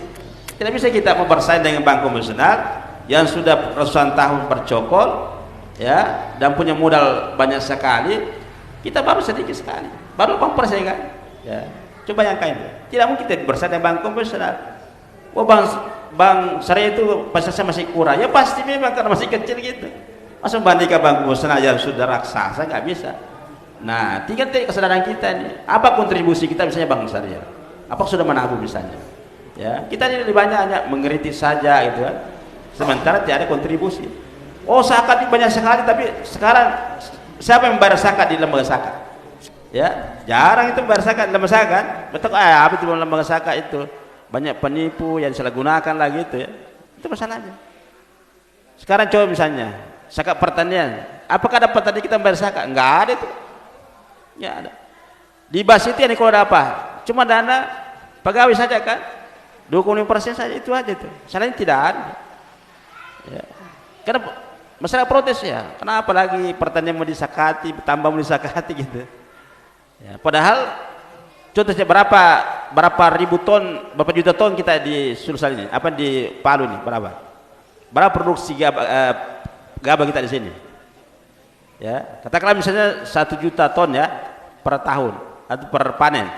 Itu kan di zakatnya setiap tahun kan, setiap panen ya. Misalnya 1 juta ton, berapa harganya itu? Itu dikali 5%. Itu berapa ratus miliar bisa dapatkan untuk umat kita ini. Jadi sekarang apakah ada petani kita ini membayar zakat pertanian? Ada? Nggak ada. Panen bawah misalnya, ada apa bayar zakat harta? Nggak ada gitu ya. Sementara kita ini marah-marah terus, ini gimana zakat ini? Mas tidak pernah bayar zakat gitu. Nah ini kita umat ini terlalu kritis, mengkritisi yang sudah ada tapi tiada kontribusinya. Nah itu yang harus dibangun kesadaran ya. Misalnya bank syariah tadi, belum syariah.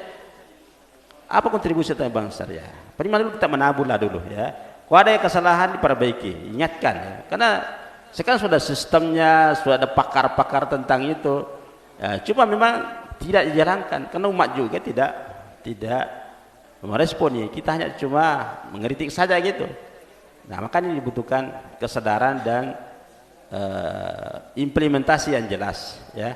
Kalau kita mau kuat itu. Contoh misalnya katakan kita lembaga zakat ini. Kita buat lembaga zakat. Siapa yang mengelola? Terus sudah ada misalnya siapa yang mau berzakat di situ? Siapa mau berwakaf? Kita mau tahu, dari percaya gitu ya. Gitu. Antara kita kan saling curiga saja kan? Bagaimana bisa terbangun ya? Ya. Pengelolanya tidak amanah. Kemudian kita sendiri tidak saling percaya. Bahkan mengatakan saling percaya orang Cina daripada pada orang Muslim. Banyak begitu kan? Nah, ini masalahnya kita ini ya. Ya, terlalu ideal tapi tidak mau menegakkan ini. Sekali lagi, tentang khususnya ekonomi syariah ini masih terkecil sekali ya.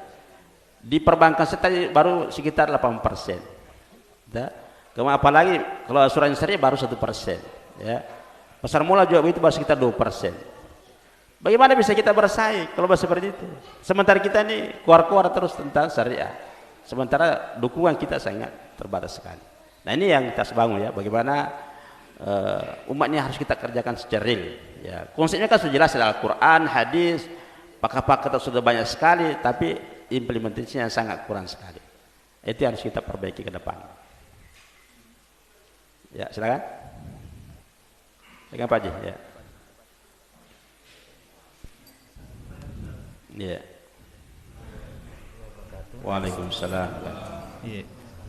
Tadi Ustadz sampaikan bahwa negara sudah menyiapkan soal bank syariah, payung hukumnya. Ya. Nah, yang saya pahami ada beberapa undang-undang yang menjadi perbankan. Ada 4 undang-undang. Undang-undang perbankan itu sendiri, kemudian undang-undang OJK itu sendiri, kemudian undang-undang perbankan konvensional dan undang-undang perbankan syariah gitu.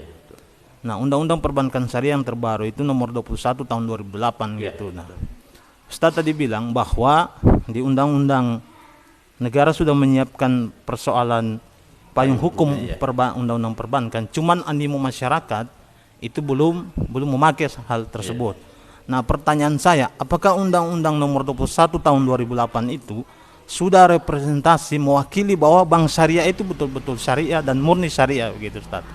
Nah, persoalannya banyak kasus-kasus yang terjadi ketika pada saat perjanjian-perjanjian itu tidak mengacu pada konsepsi syariah. Mereka mengacu pada konsepsi undang-undang yang diatur tadi nomor 21 tahun 2008 tadi itu. Nah, makanya banyak muaranya ke pengadilan, mereka terjadi dalam bahasa hukum itu perbuatan melawan hukum begitu. Nah, itu yang pertanyaan saya, apakah memang undang-undang nomor 21 tahun 2008 yang Ustadz sampaikan itu sehingga animo masyarakat itu rame-rame ke perbankan syariah mewakili atau representasi dari syariah yang murni begitu, Ustadz? Itu pertanyaan saya. Kasih, Ustadz. Kalau saya paham ya, di situ undang-undang itu sudah dijelaskan tentang perbankan yang berbasis syariah, baik operasionalnya, aturan-aturannya sudah ada semua ya, masuk permodalannya. Nah, kemudian untuk operasional secara syariahnya itu didukung oleh fatwa, ya, fatwa DSN MUI. Nah, saya sampaikan tadi sudah sekitar 160 fatwa tentang masalah ekonomi syariah itu banyak sekali. Sehingga apa saja mau misalnya kita mau tanyakan ada semua fatwanya. Transaksi apa misalnya? Ya, misalnya dalam jual beli itu banyak sekali fatwanya. Ada murabahah, ada istisna, ada salam. Begitu bagaimana kalau pembayarannya dipercepat, bagaimana kalau ada dendanya, itu sudah semua fatwanya. Jadi sangat detail sekali sebenarnya. Ya, cuma tadi saya bilang itu teman-teman mungkin yang mulai di bank syariah ini masih banyak yang perlu diperbaiki kalau ada kesalahan ya. Ya karena memang secara fikih ya, mereka belum paham dengan baik gitu. Karena rata-rata pegawai bank syariah itu bukan dari sekolah syariah ya. Banyak dari sekolah umum, nanti dilatih tentang masalah syariah. Dan saya bilang tadi dua hal yang mendasar kita harus pahami dalam lembaga keuangan syariah. Pertama, dia harus paham tentang fikih muamalah. Ya, tentu dari teman-teman umum kan susah paham. Ya. Kemudian harus paham tentang manajerial. Sementara yang dari syariah tidak paham manajerial, itu kan susah ya dipadukan. Jadi konsepnya harus paham fikih muamalahnya dan juga harus tahu manajerial. Itu harus dua yang dikuasai itu. Nah, bagaimana antisipasinya? Maka terpaksa pelatihan, misalnya dari teman-teman umum ya dilatih masalah muamalahnya. Ya, tentu tidak mendalam kan, karena ya namanya pelatihan terbatas. Nah, kemudian teman-teman dari syariah itu dikasih tentang manajerialnya. Nah, itu kan juga berat itu. Nah, jadi itu masalahnya itu. Maka kalau misalnya belum baik, belum sempurna pengolahan secara syariah itu masih dipahami gitu ya. Tapi jangan karena di situ ada kurangnya kita mengatakan kalau itu tidak usah lah ya. Biar kontinuas saja, tidak boleh. Kekurangannya diperbaiki. Ada yang belum dilakukan sesuai dengan aturan syariah. Kita harus saling menekan. Sama kita juga semua kan. Ya, apa kita ini sebagai muslim yang kafah tidak kan? Ya, maka perlu saling menasihati, saling mengingatkan, saling melengkapi ya, antara satu dan lainnya. Apalagi semuanya institusi, banyak sekali kepentingan di situ ya. Kita secara individu saya tidak ada jaminan bahwa kita ini 100% syariah, tidak kan? Tidak. Maka itu tadi pentingnya namanya saling menasihati agar kekurangan kita diperbaiki, kalau bengkok diluruskan gitu. Ya, sehingga kita tidak boleh mengatakan saya lebih baik, saya lebih suci gitu. Ya, sehingga kita tidak mau terbuka pada perbaikan-perbaikan. Seperti itu ya kalau saya. Silakan. Silakan Ji. Ya. Waalaikumsalam warahmatullahi wabarakatuh. Berkaitan dengan lembaga ekonomi syariah ini persoalannya sangat kompleks. Ya, betul. Pertanyaan saya singkat, apakah Dewan Pengawas Perbankan Syariah itu membuka komunikasi agar kira-kira masyarakat kita terkait bermasalah dengan perbankan syariah bisa berkomunikasi langsung? Yeah. Apakah ada lembaga khusus yang mengakomodir itu, Ustaz? Itu yang pertama. Dan yang kedua, kalau kita lebih perkecil lagi, apakah lembaga kita punya konsen terkait dengan persoalan-persoalan itu? Yeah. Bila ada warga kita, internal kita yang kemudian bermasalah dengan persoalan syariah. Yeah. Karena ini perlu mungkin diseriusi, Ustaz. Betul. Karena jujur terkadang informasi-informasi yang Ustadz sampaikan juga berbeda dengan informasi yang Ustadz lain sampaikan. Ya, betul. Ya. Tadi kalau dibilang bahwa pelaku atau karyawan daripada bank-bank syariah itu tidak tahu syariah, ini sangat miris, Ustadz. Ya. Karena di mana letaknya peran Dewan Pengawas Syariah itu? Apakah memang tidak disaring orang-orang yang kemudian bisa menjalankan itu? Yeah. Ya, dan memang saya lihat pada dasarnya mereka-mereka itu tidak paham. Yeah. Bahkan kalau misalnya kita komunikasi, ada saja buku yang kemudian dia buka yang saya rasa yang tidak kafabel itu, Ustaz. Yeah. Jadi itu pertanyaan saya, apakah ada dibuka semacam bila ada hal yang kemudian bisa dipertanyakan? Yeah. Habis, Ustaz. Oke. Terima kasih. Baik. Yang pertama bahwa semua lembaga keuangan syariah, lembaga ekonomi dan keuangan syariah itu harus ada DPS-nya, Dewan Pengawas Syariah. Termasuk nanti misalnya kita membuat LAS ya, lembaga zakat, itu harus ada DPS-nya, Dewan Pengawas Syariah. Apa pengolahan zakatnya sesuai syariah? Tidak kan? Ya, biar kalau lembaga Islam, misalnya kita ini wahda misalnya, itu tidak bisa dijamin, harus ada lembaga apanya Dewan Pengawas Syariahnya. Itu wajib hukumnya. Ya, membangun koperasi syariah, bank syariah, kemudian misalnya hotel syariah, itu harus ada di DPS-nya. Itu wajib itu untuk bisa mengawasi, ya, mengevaluasi dan memastikan bahwa lembaga keuangan ekonomi syariah ini sesuai syariah atau tidak.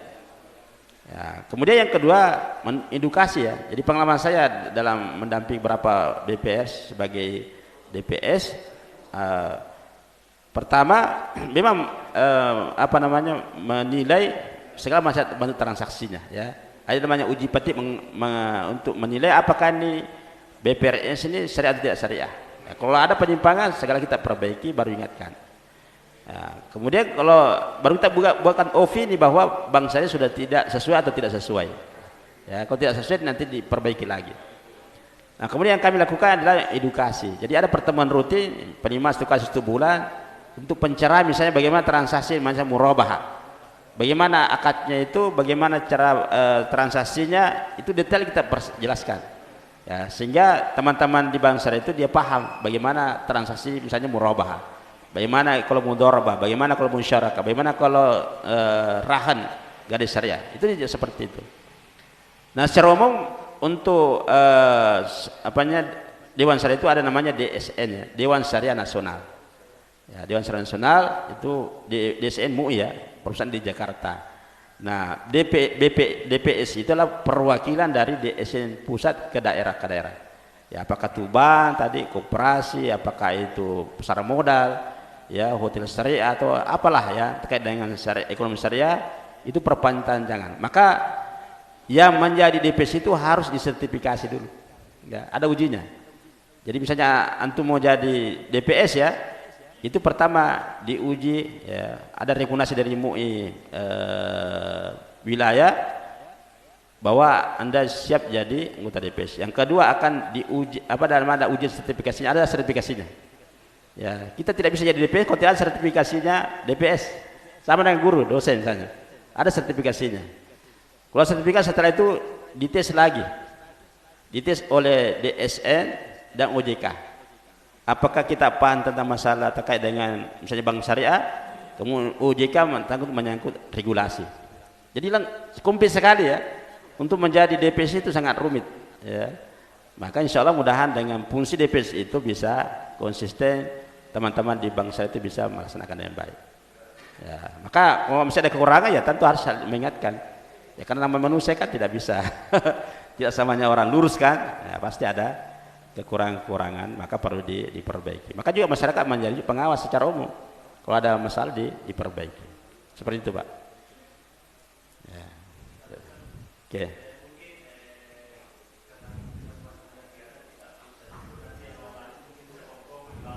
Oh gitu ya.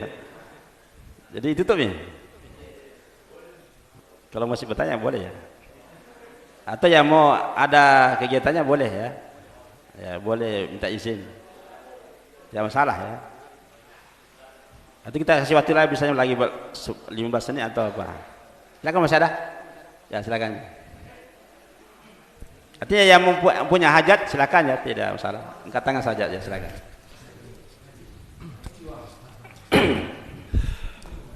Baik, bismillah Ustaz. Saya mau bertanya Ustaz, tadi kan kalau seseorang itu mau menjadi Dewan Pengawas Syariah Bank Syariah itu kan sangat rumit Ustaz. Yeah. Dan kemudian semua produk-produk di Bank Syariah itu kan harus melalui verifikasi, harus lolos uji dari Dewan Pengawas Syariah. Yeah. Terus kemudian seperti ini Ustaz, ada KUR BSI Syariah Ustaz. Yeah, KUR ya. Ketika kita meminjam 100 juta, kemudian kita jangka waktunya itu pengembaliannya 1 tahun Ustaz, itu 8.604.900 rupiah per bulannya. Nah itu kalau dijumlahkan Ustaz itu 103 juta 200, kan lebih dari yang kita pinjam Ustaz, 100 juta. Nah itu kenapa bisa lolos Ustaz dari Dewan Pengawas Syariah? Apakah kita boleh kan ini sudah ada fatwanya gitu Ustaz, apakah kita boleh mengambil manfaat dari situ Ustaz? Ini kan sudah ada fatwanya, apakah kita boleh mengambil kur di BSI Syariah? Jadi ada kur konvensional, ada kur syariah ya, kur syariah. Nah itu mungkin marketingnya begitu ya, tapi sebenarnya aplikasi tidak boleh begitu. Misalnya gini, kita butuh uang 100 juta. Untuk apa itu 100 juta? Ya, harus jelas. Misalnya mau beli rumah misalnya, maka bank syariah belikan rumah 100 juta baru jual tadi.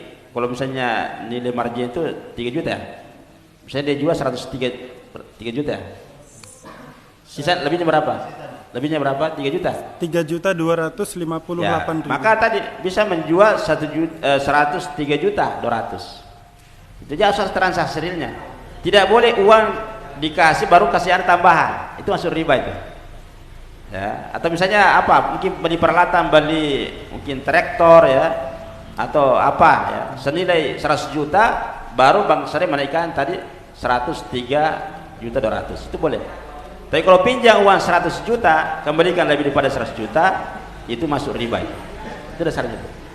Nah, mungkin hanya apa namanya ini cara menjelaskan marketingnya ya. Bahwa kita misalnya pembiayaan 100 juta, nanti kembalinya nilai itu adalah 103. Tapi kalau dia lakukan pinjam 100 kembali 103 di 700, itu masuk riba, nggak boleh. Oh, berarti begitu. Dia tujuan kita meminjam itu ya tujuannya apa dulu ya? Tujuannya apa? Misalnya begini, Anda penjual barang campuran ya, maka kita beli barang campuran senilai 100 juta gitu ya. Nanti bank syariah kasih naik 103 juta 200 misalnya. Gitu. Itu begitu dasarnya tuh. Maka nanti akadnya akad jual beli. Berarti murabahah Ustaz ya? Ya? Dialihkan ke murabahah. Ya, ke murabahah nanti. Begitu dasarnya. Ya, jadi mungkin hanya pendekatan itu kalau kita misalnya pembiayaan 100 juta nanti kembali sekian. Itu marketingnya ya, marketingnya. Tapi aplikasinya harus dalam bentuk real.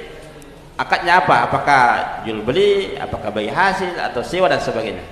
Seperti itu. Misalnya 100 juta kita sewa ruko misalnya ya. Nah, sewa ruko 100 juta, nanti kasih naik oleh bank syariah 103 juta 200 misalnya. Maka itu boleh, karena ada objeknya tadi. Tapi kalau hanya pinjam uang saja nggak boleh, itu masuk riba. Nah, itu dasarnya. Jelas ya? Jelas. Oke. Syada? Silakan Pak Syada. Kalau tidak ada Ustaz. Ya silakan. Izin ya. Assalamualaikum warahmatullahi wabarakatuh Ustaz. Ya, tadi saya mau perjelas tadi masalah pertanyaan dari saudara saya tadi itu masalah gadai motor. Nah, ini ada beberapa oknum atau beberapa orang yang menggadaikan motornya itu dia butuh uang bukan untuk hajat dirinya, tapi dia untuk investasi bisnis juga. Nah, dengan kondisi seperti ini, apakah si yang memegang motor tadi itu bisakah dia manfaatkan? Karena yang selama ini yang saya pahami bahwa meminjamkan itu biasa untuk kebutuhan hajat hidup kita kan, seperti menggadaikan sesuatu karena ada kebutuhan mendesak. Tapi dia memang hobinya untuk menggadaikan barang-barangnya untuk dibisniskan juga itu uang yang dia pegang. Nah, sekarang pertanyaannya apakah yang memegang motor tersebut bisa dia gunakan Ustaz? Demikian Ustaz. Jadi itu gada ya. Tadi kan saya bilang gada itu adalah menahan barang orang lain sebagai jaminan atas pinjaman. Itu namanya gada ya, ar-rahan. Nah, apakah pinjaman itu bisa digunakan untuk produktif atau tidak gitu? Itu terserah ya. Tidak masalah, tidak ada aturan bahwa pinjaman misalnya gini, misalnya dia gadaikan mobilnya senilai 100 juta ya, dia ambil pinjaman 100 juta. Apakah 100 juta ini boleh pakai itu bisnis atau juga yang lainnya? Silakan, tidak masalah. Ya, tapi pada saat jatuh tempo, misalnya dia pinjam 5 bulan, 5 bulan yang akan datang harus dikembalikan 100 juta itu, baru ambil mobilnya ya sebagai jaminan. Kalau tidak maka mobil itu akan dijual untuk memenuhi utang tadi 100 juta. Kalau lebih dikembalikan, kalau kurang disuruh nambah. Itu saja, jadi tidak boleh mempersyaratkan bahwa pinjaman nanti gunakan untuk ini, tidak boleh. Ya, terserah dia. Ya, karena utang itu kan uangnya dia, ya uangnya dia. Terserah menggunakan untuk apa ya, itu tidak masalah. Maka tidak boleh membatasi penggunaan uang itu. Yang jelas bahwa mobil itu adalah sebagai jaminan. Ya, musim sekarang ini juga berkembang. Apakah mobilnya saja mobilnya disimpan atau cuma surat-suratnya saja? Ya, sekarang berkembang namanya rahn as-tasjili ya, nah, bahwa membolehkan suatu jaminan yang ditahan cuma kepemilikannya. Misalnya surat-suratnya itu boleh. Ya, misalnya dia jaminkan rumahnya, sertifikatnya saja itu boleh. Ya, makanya misalnya pada saat jatuh tempo dia tidak bisa bayar, maka barang yang dijaminkan itu bisa dijual. Ya, jual sesuai dengan waktu yang disepakati. Nah, boleh kita memanfaatkan barang jaminan? Tidak boleh. Ya, tidak boleh. Karena mengambil manfaat daripada pinjaman tadi, misalnya gunakan kendaraannya, gunakan rumahnya disewakan, atau misalnya tanahnya diambil hasilnya, itu tidak boleh. Karena itu masuk kategori riba. Karena mengambil manfaat daripada pinjaman. Itu dasarnya sih. Dan harus ada batas waktu ya Ustaz? Ya ada batas waktu memang. Harus batas waktu. Ya, tidak boleh gada itu tidak ada batas waktunya, harus ada batas waktunya disepakati. Biasanya apakah 3 bulan, 1 tahun ya dan sebagainya. Jadi sebenarnya bahwa gada sama itu bukan bisnis ya, bukan bisnis. maka tidak memiliki keuntungan di dalamnya. Ya, supaya kita aman yang meminjamkan uang, ya ada barang ditahan, itu kuncinya. Biar tadi kalau Qardul Hasan kan meminjamkan tanpa ada jaminan, ditahan. Ya. Tapi kalau rahan, supaya kita ini aman terhadap pinjam yang diberikan, maka ada barang yang ditahan. Ya, sehingga tidak pusing kan? Nah, karena ada barang yang bisa dijual pada saat dia tidak bisa bayar. Begitu dasarnya. Masih bisa, Ustaz? Ya, silakan. Terkait masalah syirka ini, Ustaz, ada beberapa contoh syirka. Katakanlah saya mengajak seseorang untuk syirka dengan pembagian keuntungan sekian persen sesuai kesepakatan, tapi saya membatasi waktu, katakanlah 7 tahun kita bersyirka. Setelah lewat 7 tahun, karena kita dalam hitung-hitungan ini kan bisnis sudah jalan, dalam hitung-hitungan kita bahwa oh si pemilik modal ini sudah akan dapat untung yang banyak. 7 tahun otomatis putus syirka itu tanpa dikembalikan modalnya. Apakah itu boleh? Itu yang pertama. Yang kedua, bolehkah syirka itu Anda lupa itu saja dulu, Ustaz. Yang pertama itu. Jadi kalau bahasa itu kan ada dua ya, ada sebenarnya mudharabah. Mudharabah itu 100% modalnya dari yang punya modal, ya. Dan yang mengelola itu modalnya cuma tenaga ya, keahlian. Nah, kalau terjadi risiko, masukan risiko itu terkait dengan modal, itu ditanggung oleh pemodal. Itu dasarnya itu. Nah, tentu pengelola tidak dapat keuntungan kan apa-apa. Nah, itu prinsipnya mudharabah itu. 100% dari pemodal. Dan risikonya adalah risiko ditanggung oleh pemodal. Kalau dia musyarakah, artinya ada joint venture ya, ada beberapa investor. Katakanlah investornya sampai 5 orang ya. Misalnya butuh dana 100 juta misalnya. Ya, nanti dikonversi berapa persentase dari modal masing-masing. Mungkin ada ya 20%, ada 30%, ada 40% misalnya ya. Nah, itu masing-masing ikut dalam investasi itu ya. Termasuk juga disepakati apakah dia ikut juga mengelola juga atau hanya modal saja. Kan dua di situ ya. Maka berbeda ya, berbeda bagi yang punya modal juga punya tenaga. Ya, beda bagi hasilnya kan gitu. Nah, tapi risiko yang terjadi adalah tergantung pada porsi modal masing-masing. Misalnya gini, pada saat terjadi musibah usaha itu berkurang misalnya modal 50%, sehingga modal tinggal 50 juta kan? Ya, maka kekurangan 50 juta tadi itu dibahas dengan porsi modal masing-masing. Ya, bertanggung jawab terhadap kerugian modal tadi ya, sesuai dengan porsi modal masing-masing. Nah, sekarang bagaimana misalnya kalau jangka waktu investasinya kita sama-sama katakanlah 5 tahun ya, 5 tahun. Apakah modal investor yang lain misalnya 1-2 ya, katakanlah kita ingin keluarkan 2 orang ya, 2 orang 5 tahun yang akan datang, atau semuanya yang dikeluarkan? Semuanya ya, kecuali ada kesepakatan di awal bahwa ini usaha saya sudah jalan. Oke ya, oke, paham. Jadi misalnya tadi kita masuk 5 orang kan masuk kita, maka 4 orang kita ingin keluarkan ya selama 5 tahun.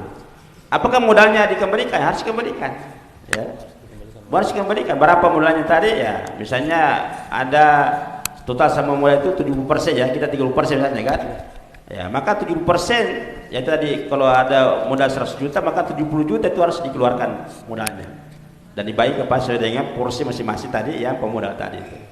Ya tidak boleh kita mengatakan kan 7 tahun habis itu modal, tidak. Jadi kan yang dibagi cuma bagi hasil saja, keuntungan saja ya. Modalnya tidak dibagi ya, maka kalau dia dikeluarkan ya kembalikan juga modalnya ya. Kalau ada kekurangan misalnya kerugian, dihitung ternyata usaha ini mengalami kerugian, jadi itu berapa persentase kekurangan daripada modal itu. Misalnya berkurang tadi 30% misalnya ya, maka 30% ini dibagi distribusi kepada pemodal tadi sesuai dengan porsi masing-masing. Seperti itu. Kalau tidak ada akad di depan Ustadz, umpama si pengelola tiba-tiba sudah keluar saja, nanti saya kembalikan uangmu. Itu enggak boleh asal akad ya. Jadi lah misalnya itu semua harus terkait dengan akad ya. Al muslimuna ala syurutihim. Jadi jangan melakukan bisnis tanpa akad, itu bisa musibah ya. Karena kenapa bisa orang spekulasi, bisa juga orang punya jelek kan? Ya, karena di dalam Al-Qur'an jelaskan itu bahwa kebanyakan orang yang berserikat itu adalah khianat. Ya. Siapapun orangnya, kebanyakan orang berserikat itu khianat, kecuali orang yang bertakwa kepada Allah. Itu dari kuncinya. Ya, tentu bertakwa di sini ya tentu kemannya bagus dan juga tahu menyangkut masalah integritas diri. Ya, jadi bukannya misalnya rajin sholat sudah bertakwa, belum tentu. Cari orang yang punya integritas, itu yang bisa konsisten. Sekali lagi ayat mengatakan kebanyakan orang berserikat itulah kalasi. Ya, iya begitu. Maka harus hati-hati gitu. Betul ya. Mengatakan ustaz dia ya, wah pintar ceramah dan sebagainya, jangan. Ya. Maka menentukan akadnya, perjelas akadnya. Ya. Kalau tidak jelas akadnya itu rawan sekali apa namanya kalasi tadi itu. Ya. Dia mengatakan rajin sholat, ya kenapa begitu? Ya begitu namanya bisnis, namanya setannya gitu. Dia mengatakan bagus dia orangnya, tidak bisa ya. Ya, karena bisnis itu pertama harus orangnya profesional, ya. Yang keduanya terpercaya, yang ketiga berintegritas. Itu intinya itu. Nabi kenapa ya dipercaya pertama orangnya profesional kan? Beliau adalah seorang pebisnis yang tangguh, ya. Yang kedua orangnya al-amin, semua orang percaya sama dia dan tidak pernah khianat terhadap kepercayaan itu. Yang kedua konsisten, itu tiga itu. Kalau kita ini kan tidak profesional, hanya semangatnya saja ya kan, ya dikasih wah bagus tahu rajin sholat misalnya, tidak bisa itu, justru bisa menjadi masalah baru. Ya kita merusak kesolehannya orang mungkin rajin ibadah tapi tidak profesional, jangan. Jadi dua itu, dia soleh tapi juga profesional. Karena kalau kita kasih orang yang soleh tidak profesional, itu merusak kesolehannya. Ya, jadi duanya itu, dia soleh dan profesional. Itu dasarnya itu. Jadi bisnis jangan kita pandang enteng. Wah, ustaz jibai orang tidak bisa. Karena bisnis itu banyak ujiannya. Ya, tantangan bisnis sendiri, setan juga berpengaruh situ. Ya, jadi itu harus dipahami itu. Maka setiap membuat suatu kesepakatan harus ada jelas akadnya apa. Apakah bagi hasil, apakah jual beli, apakah siang menyewa, semua itu harus ada dumnya. Kalau perlu dinotariskan. Ya. Karena kenapa? Misalnya kita meninggal dunia, terus bagaimana nanti ahli waris kita ini? Siapa yang nanggung? Ya.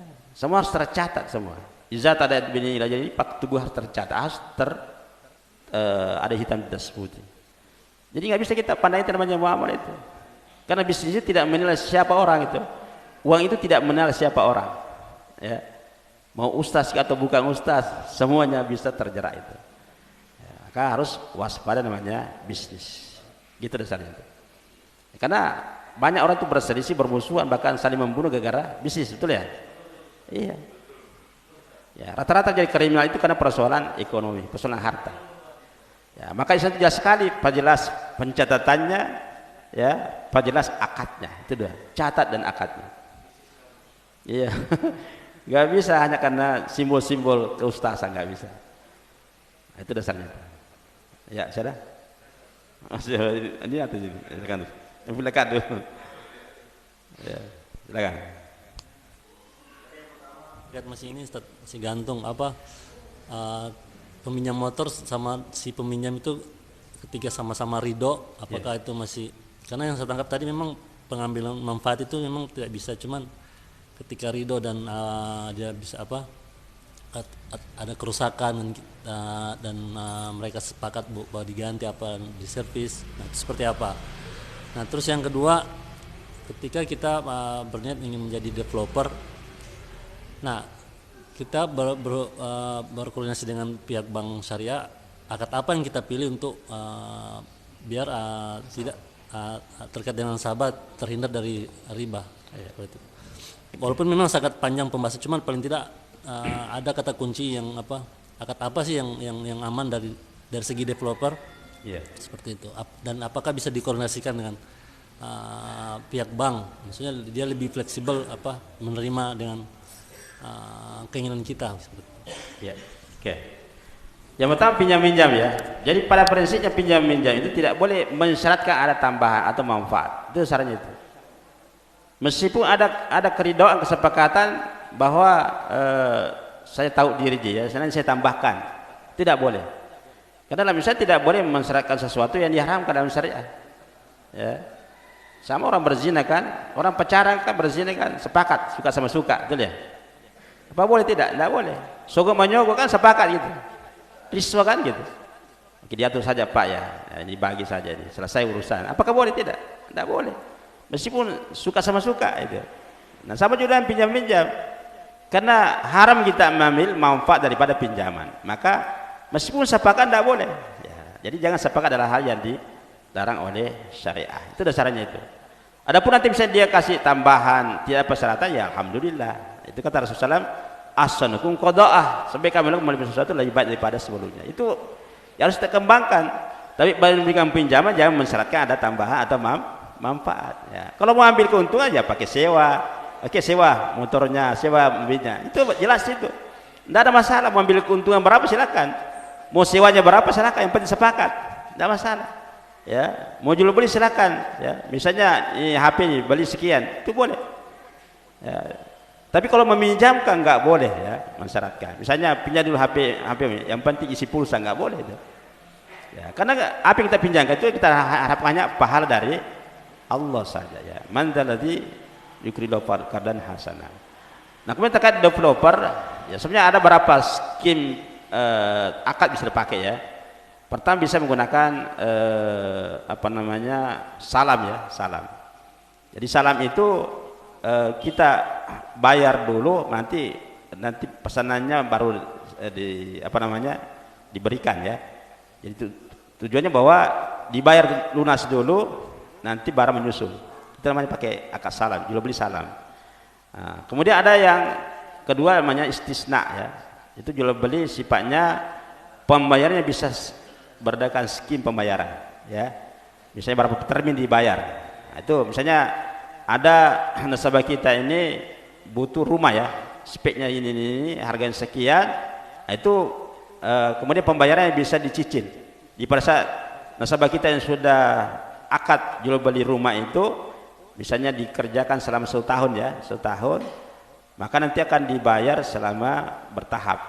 Maka itu pakai mode istisna, itu boleh ya, pakai pembayaran dengan termin ya, tidak langsung dilunasi. Tapi kalau salam langsung dilunasi, tapi kalau istisna itu pakai termin. Maka yang paling bagus sebenarnya kalau pakai termin ya, pakai jual beli istisna, jual beli pesanan ya, kemudian pembayarannya bisa bertahap, bisa begitu kalau developer ya. Nah, sekian itu. Silakan di belakang tadi. Ada? Ya, silakan. Tadi saya masih penasaran tadi Ustaz, Afan Ustaz, ini cuman sharing tadi soal Undang-Undang Nomor 21 Tahun 2008 tadi itu. Kan begini Ustaz, kalau kita bicara soal perbankan syariah harus ada induk payungnya begitu. Yang Ustaz sampaikan tadi. Nah, kalau saya pernah baca dan beberapa teman-teman, kemudian saya konsultasi juga dengan beberapa ustadz terkait isi peraturan dari 21 tahun 2008 itu Ustaz. Kemudian di ketentuan-ketentuan umum itu hampir keseluruhan itu tidak menggambarkan syariah. Nah, saya mau contohkan begini, kalau dalam pengadilan agama, namanya saja pengadilan agama, mohon maaf ini, kemudian ada namanya kompilasi hukum Islam gitu, diatur beberapa aturan, tapi ternyata pada faktanya itu tidak mengacu pada apa yang dimaksud dalam hukum kompilasi hukum Islam itu. Nah, saya mau gambarkan juga soal tadi itu, bahwa di aturan tersebut juga tidak mengatur secara spesifik keseluruhan. Ya, nah, artinya begini, kita juga harus memberikan edukasi kepada masyarakat bahwa kehadiran bank syariah ini tidak mencerminkan seperti apa yang dikatakan syariah. Bukan berarti bahwa bank syariah itu tidak memberikan kebaikan dan alternatif terbaik hari ini begitu. Nah, cuman persoalannya Ustadz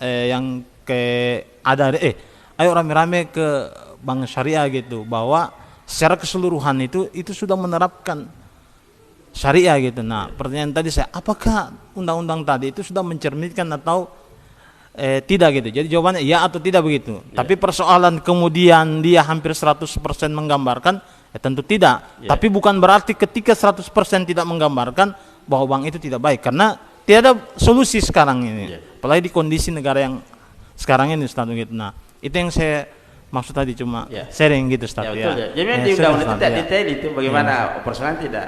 Dia hanya memang akurasi bahwa di dalam perbankan itu ada konvensional, ada syariah. Nah, syariah itu sesuai dengan prinsip syariah. Bagaimana implementasinya ya nanti akan dibahas lewat peraturan lagi, ada aturannya. Kemudian nanti implementasinya mengenai fatwa tadi itu. Seperti itu. Jadi memang kalau di undang-undang tidak detail memang. Dia hanya menubasi bahwa ada pintu konvensional, ada syariah. Silakan pilih ya. Nah, syariah bagaimana itu nanti ada lagi penerapannya lagi secara personal. Nah, begitu dasarnya di situ. Tapi alhamdulillah dengan adanya undang-undang ini kita bisa mendirikan bank syariah. Bahkan sekarang juga setiap lembaga itu ya misalnya dia wajib ada, kalau sudah ada rekening misalnya maka harus ada satu rekening syariahnya seperti itu. Jadi boleh seperti itu. Nah, jadi pemerintah kita mengakomodasi, tinggal kita nih bagaimana memanfaatkan peluang itu.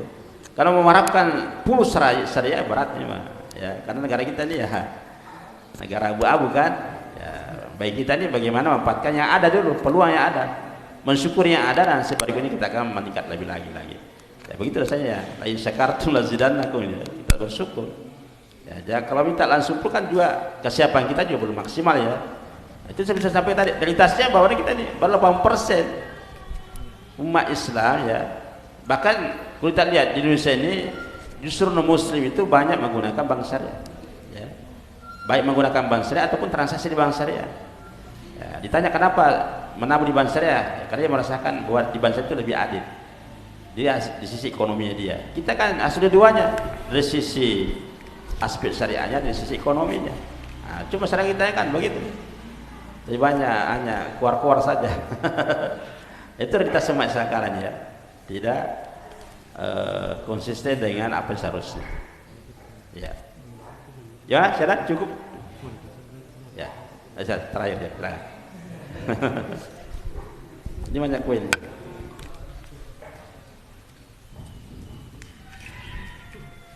Terima kasih Ustadz. Ya,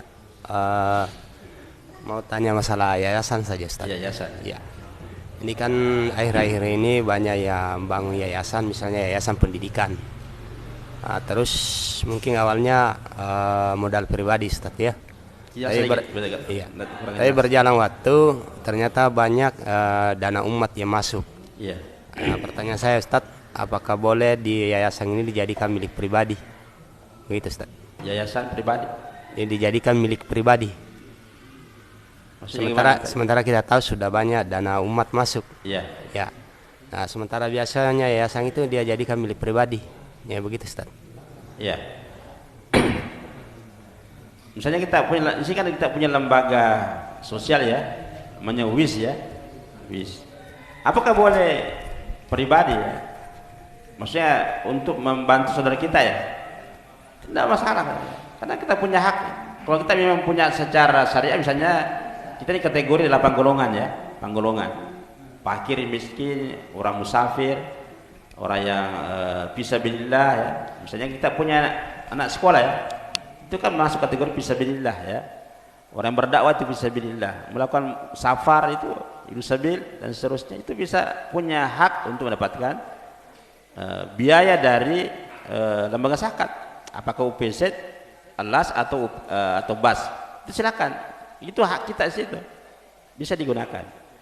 Ya, apakah bisa digunakan untuk bisnis? Bisa, silakan. Apalagi misalnya kalau banyak sedekah juga digunakan. Ya karena memang dana itu kita memang umat kita, baik secara internal maupun eksternal, itu dilakukan. Ya, itu yang salah kalau disalahgunakan. Tapi kalau untuk kebutuhan kita dan punya hak secara agama ya, sesuai aturan agama ya harus kita gunakan. Jadi tidak ada masalah apakah terkait dengan usaha pribadi kita, karena kita punya kesesuaian dengan aturan-aturan syariah, silakan, tidak ada masalah ya. Yang penting jangan misalnya kita memperkaya diri dari itu ya, nah, itu tidak boleh ya. Karena itu sifatnya dana sosial ya, sesuai dengan peruntukannya. Nah, jadi zakat itu jelas sumbernya dan juga jelas peruntukannya, dan itu harus dipertanyakan secara administrasi, akuntabel, dan juga secara syariah. Maka tadi saya bilang setiap lembaga syariah itu, baik hukum syariah, harus ada DPS-nya ya. Termasuk kita punya lembaga zakat harus ada, wajib itu harus ada DPS-nya. Itu memastikan bahwa pengolahan dana itu sumbernya, pengolahannya dan distribusinya harus ada dengan aturan syariah. Besarnya itu. Tadi pertanyaan apakah lembaga kita ini ada yang bisa memberikan pencerahan tentang syariah? Ada ya, kita punya Dewan Syariah namanya ya, ada Dewan Syariah. Silakan kalau ada masalah-masalah syariah, apakah masalah muamalah, masalah ibadah, masalah akidah ya, kita sudah punya Dewan Syariah yang bisa memberikan penjelasan ya, bahkan fatwa yang sudah ada banyak sekali ya. Kita sudah banyak fatwa sudah dikeluarkan oleh lembaga kita. Ya, semoga bisa menjadi pencerahan ya dalam menyangkut masalah-masalah tentang agama kita ini. Ya, sekira itu. Cukup ya? Ya. Baik, demikian temu kita pada kopi morning ini, yang mudahan bisa berikan manfaat ya. Tentu kami sadari banyak kekurangan, banyak kelemahan ya. Baik penjelasan mungkin juga dalil-dalilnya ya, mohon dimaafkan. Ya, semoga ini motivasi bagi kita untuk terus belajar dan bagaimana bisa kita mengimplementasikan apa yang sudah kita pahami agar umat kita ini bisa terus tumbuh berkembang dan bisa memberikan manfaat dan maslahat kepada kehidupan kita, masyarakat, bangsa dan negara kita insyaallah. Demikian subhanakallahumma wa bihamdik, nasyhadu la ilaha illa anta wa natubu ilaik. Assalamualaikum warahmatullahi wabarakatuh.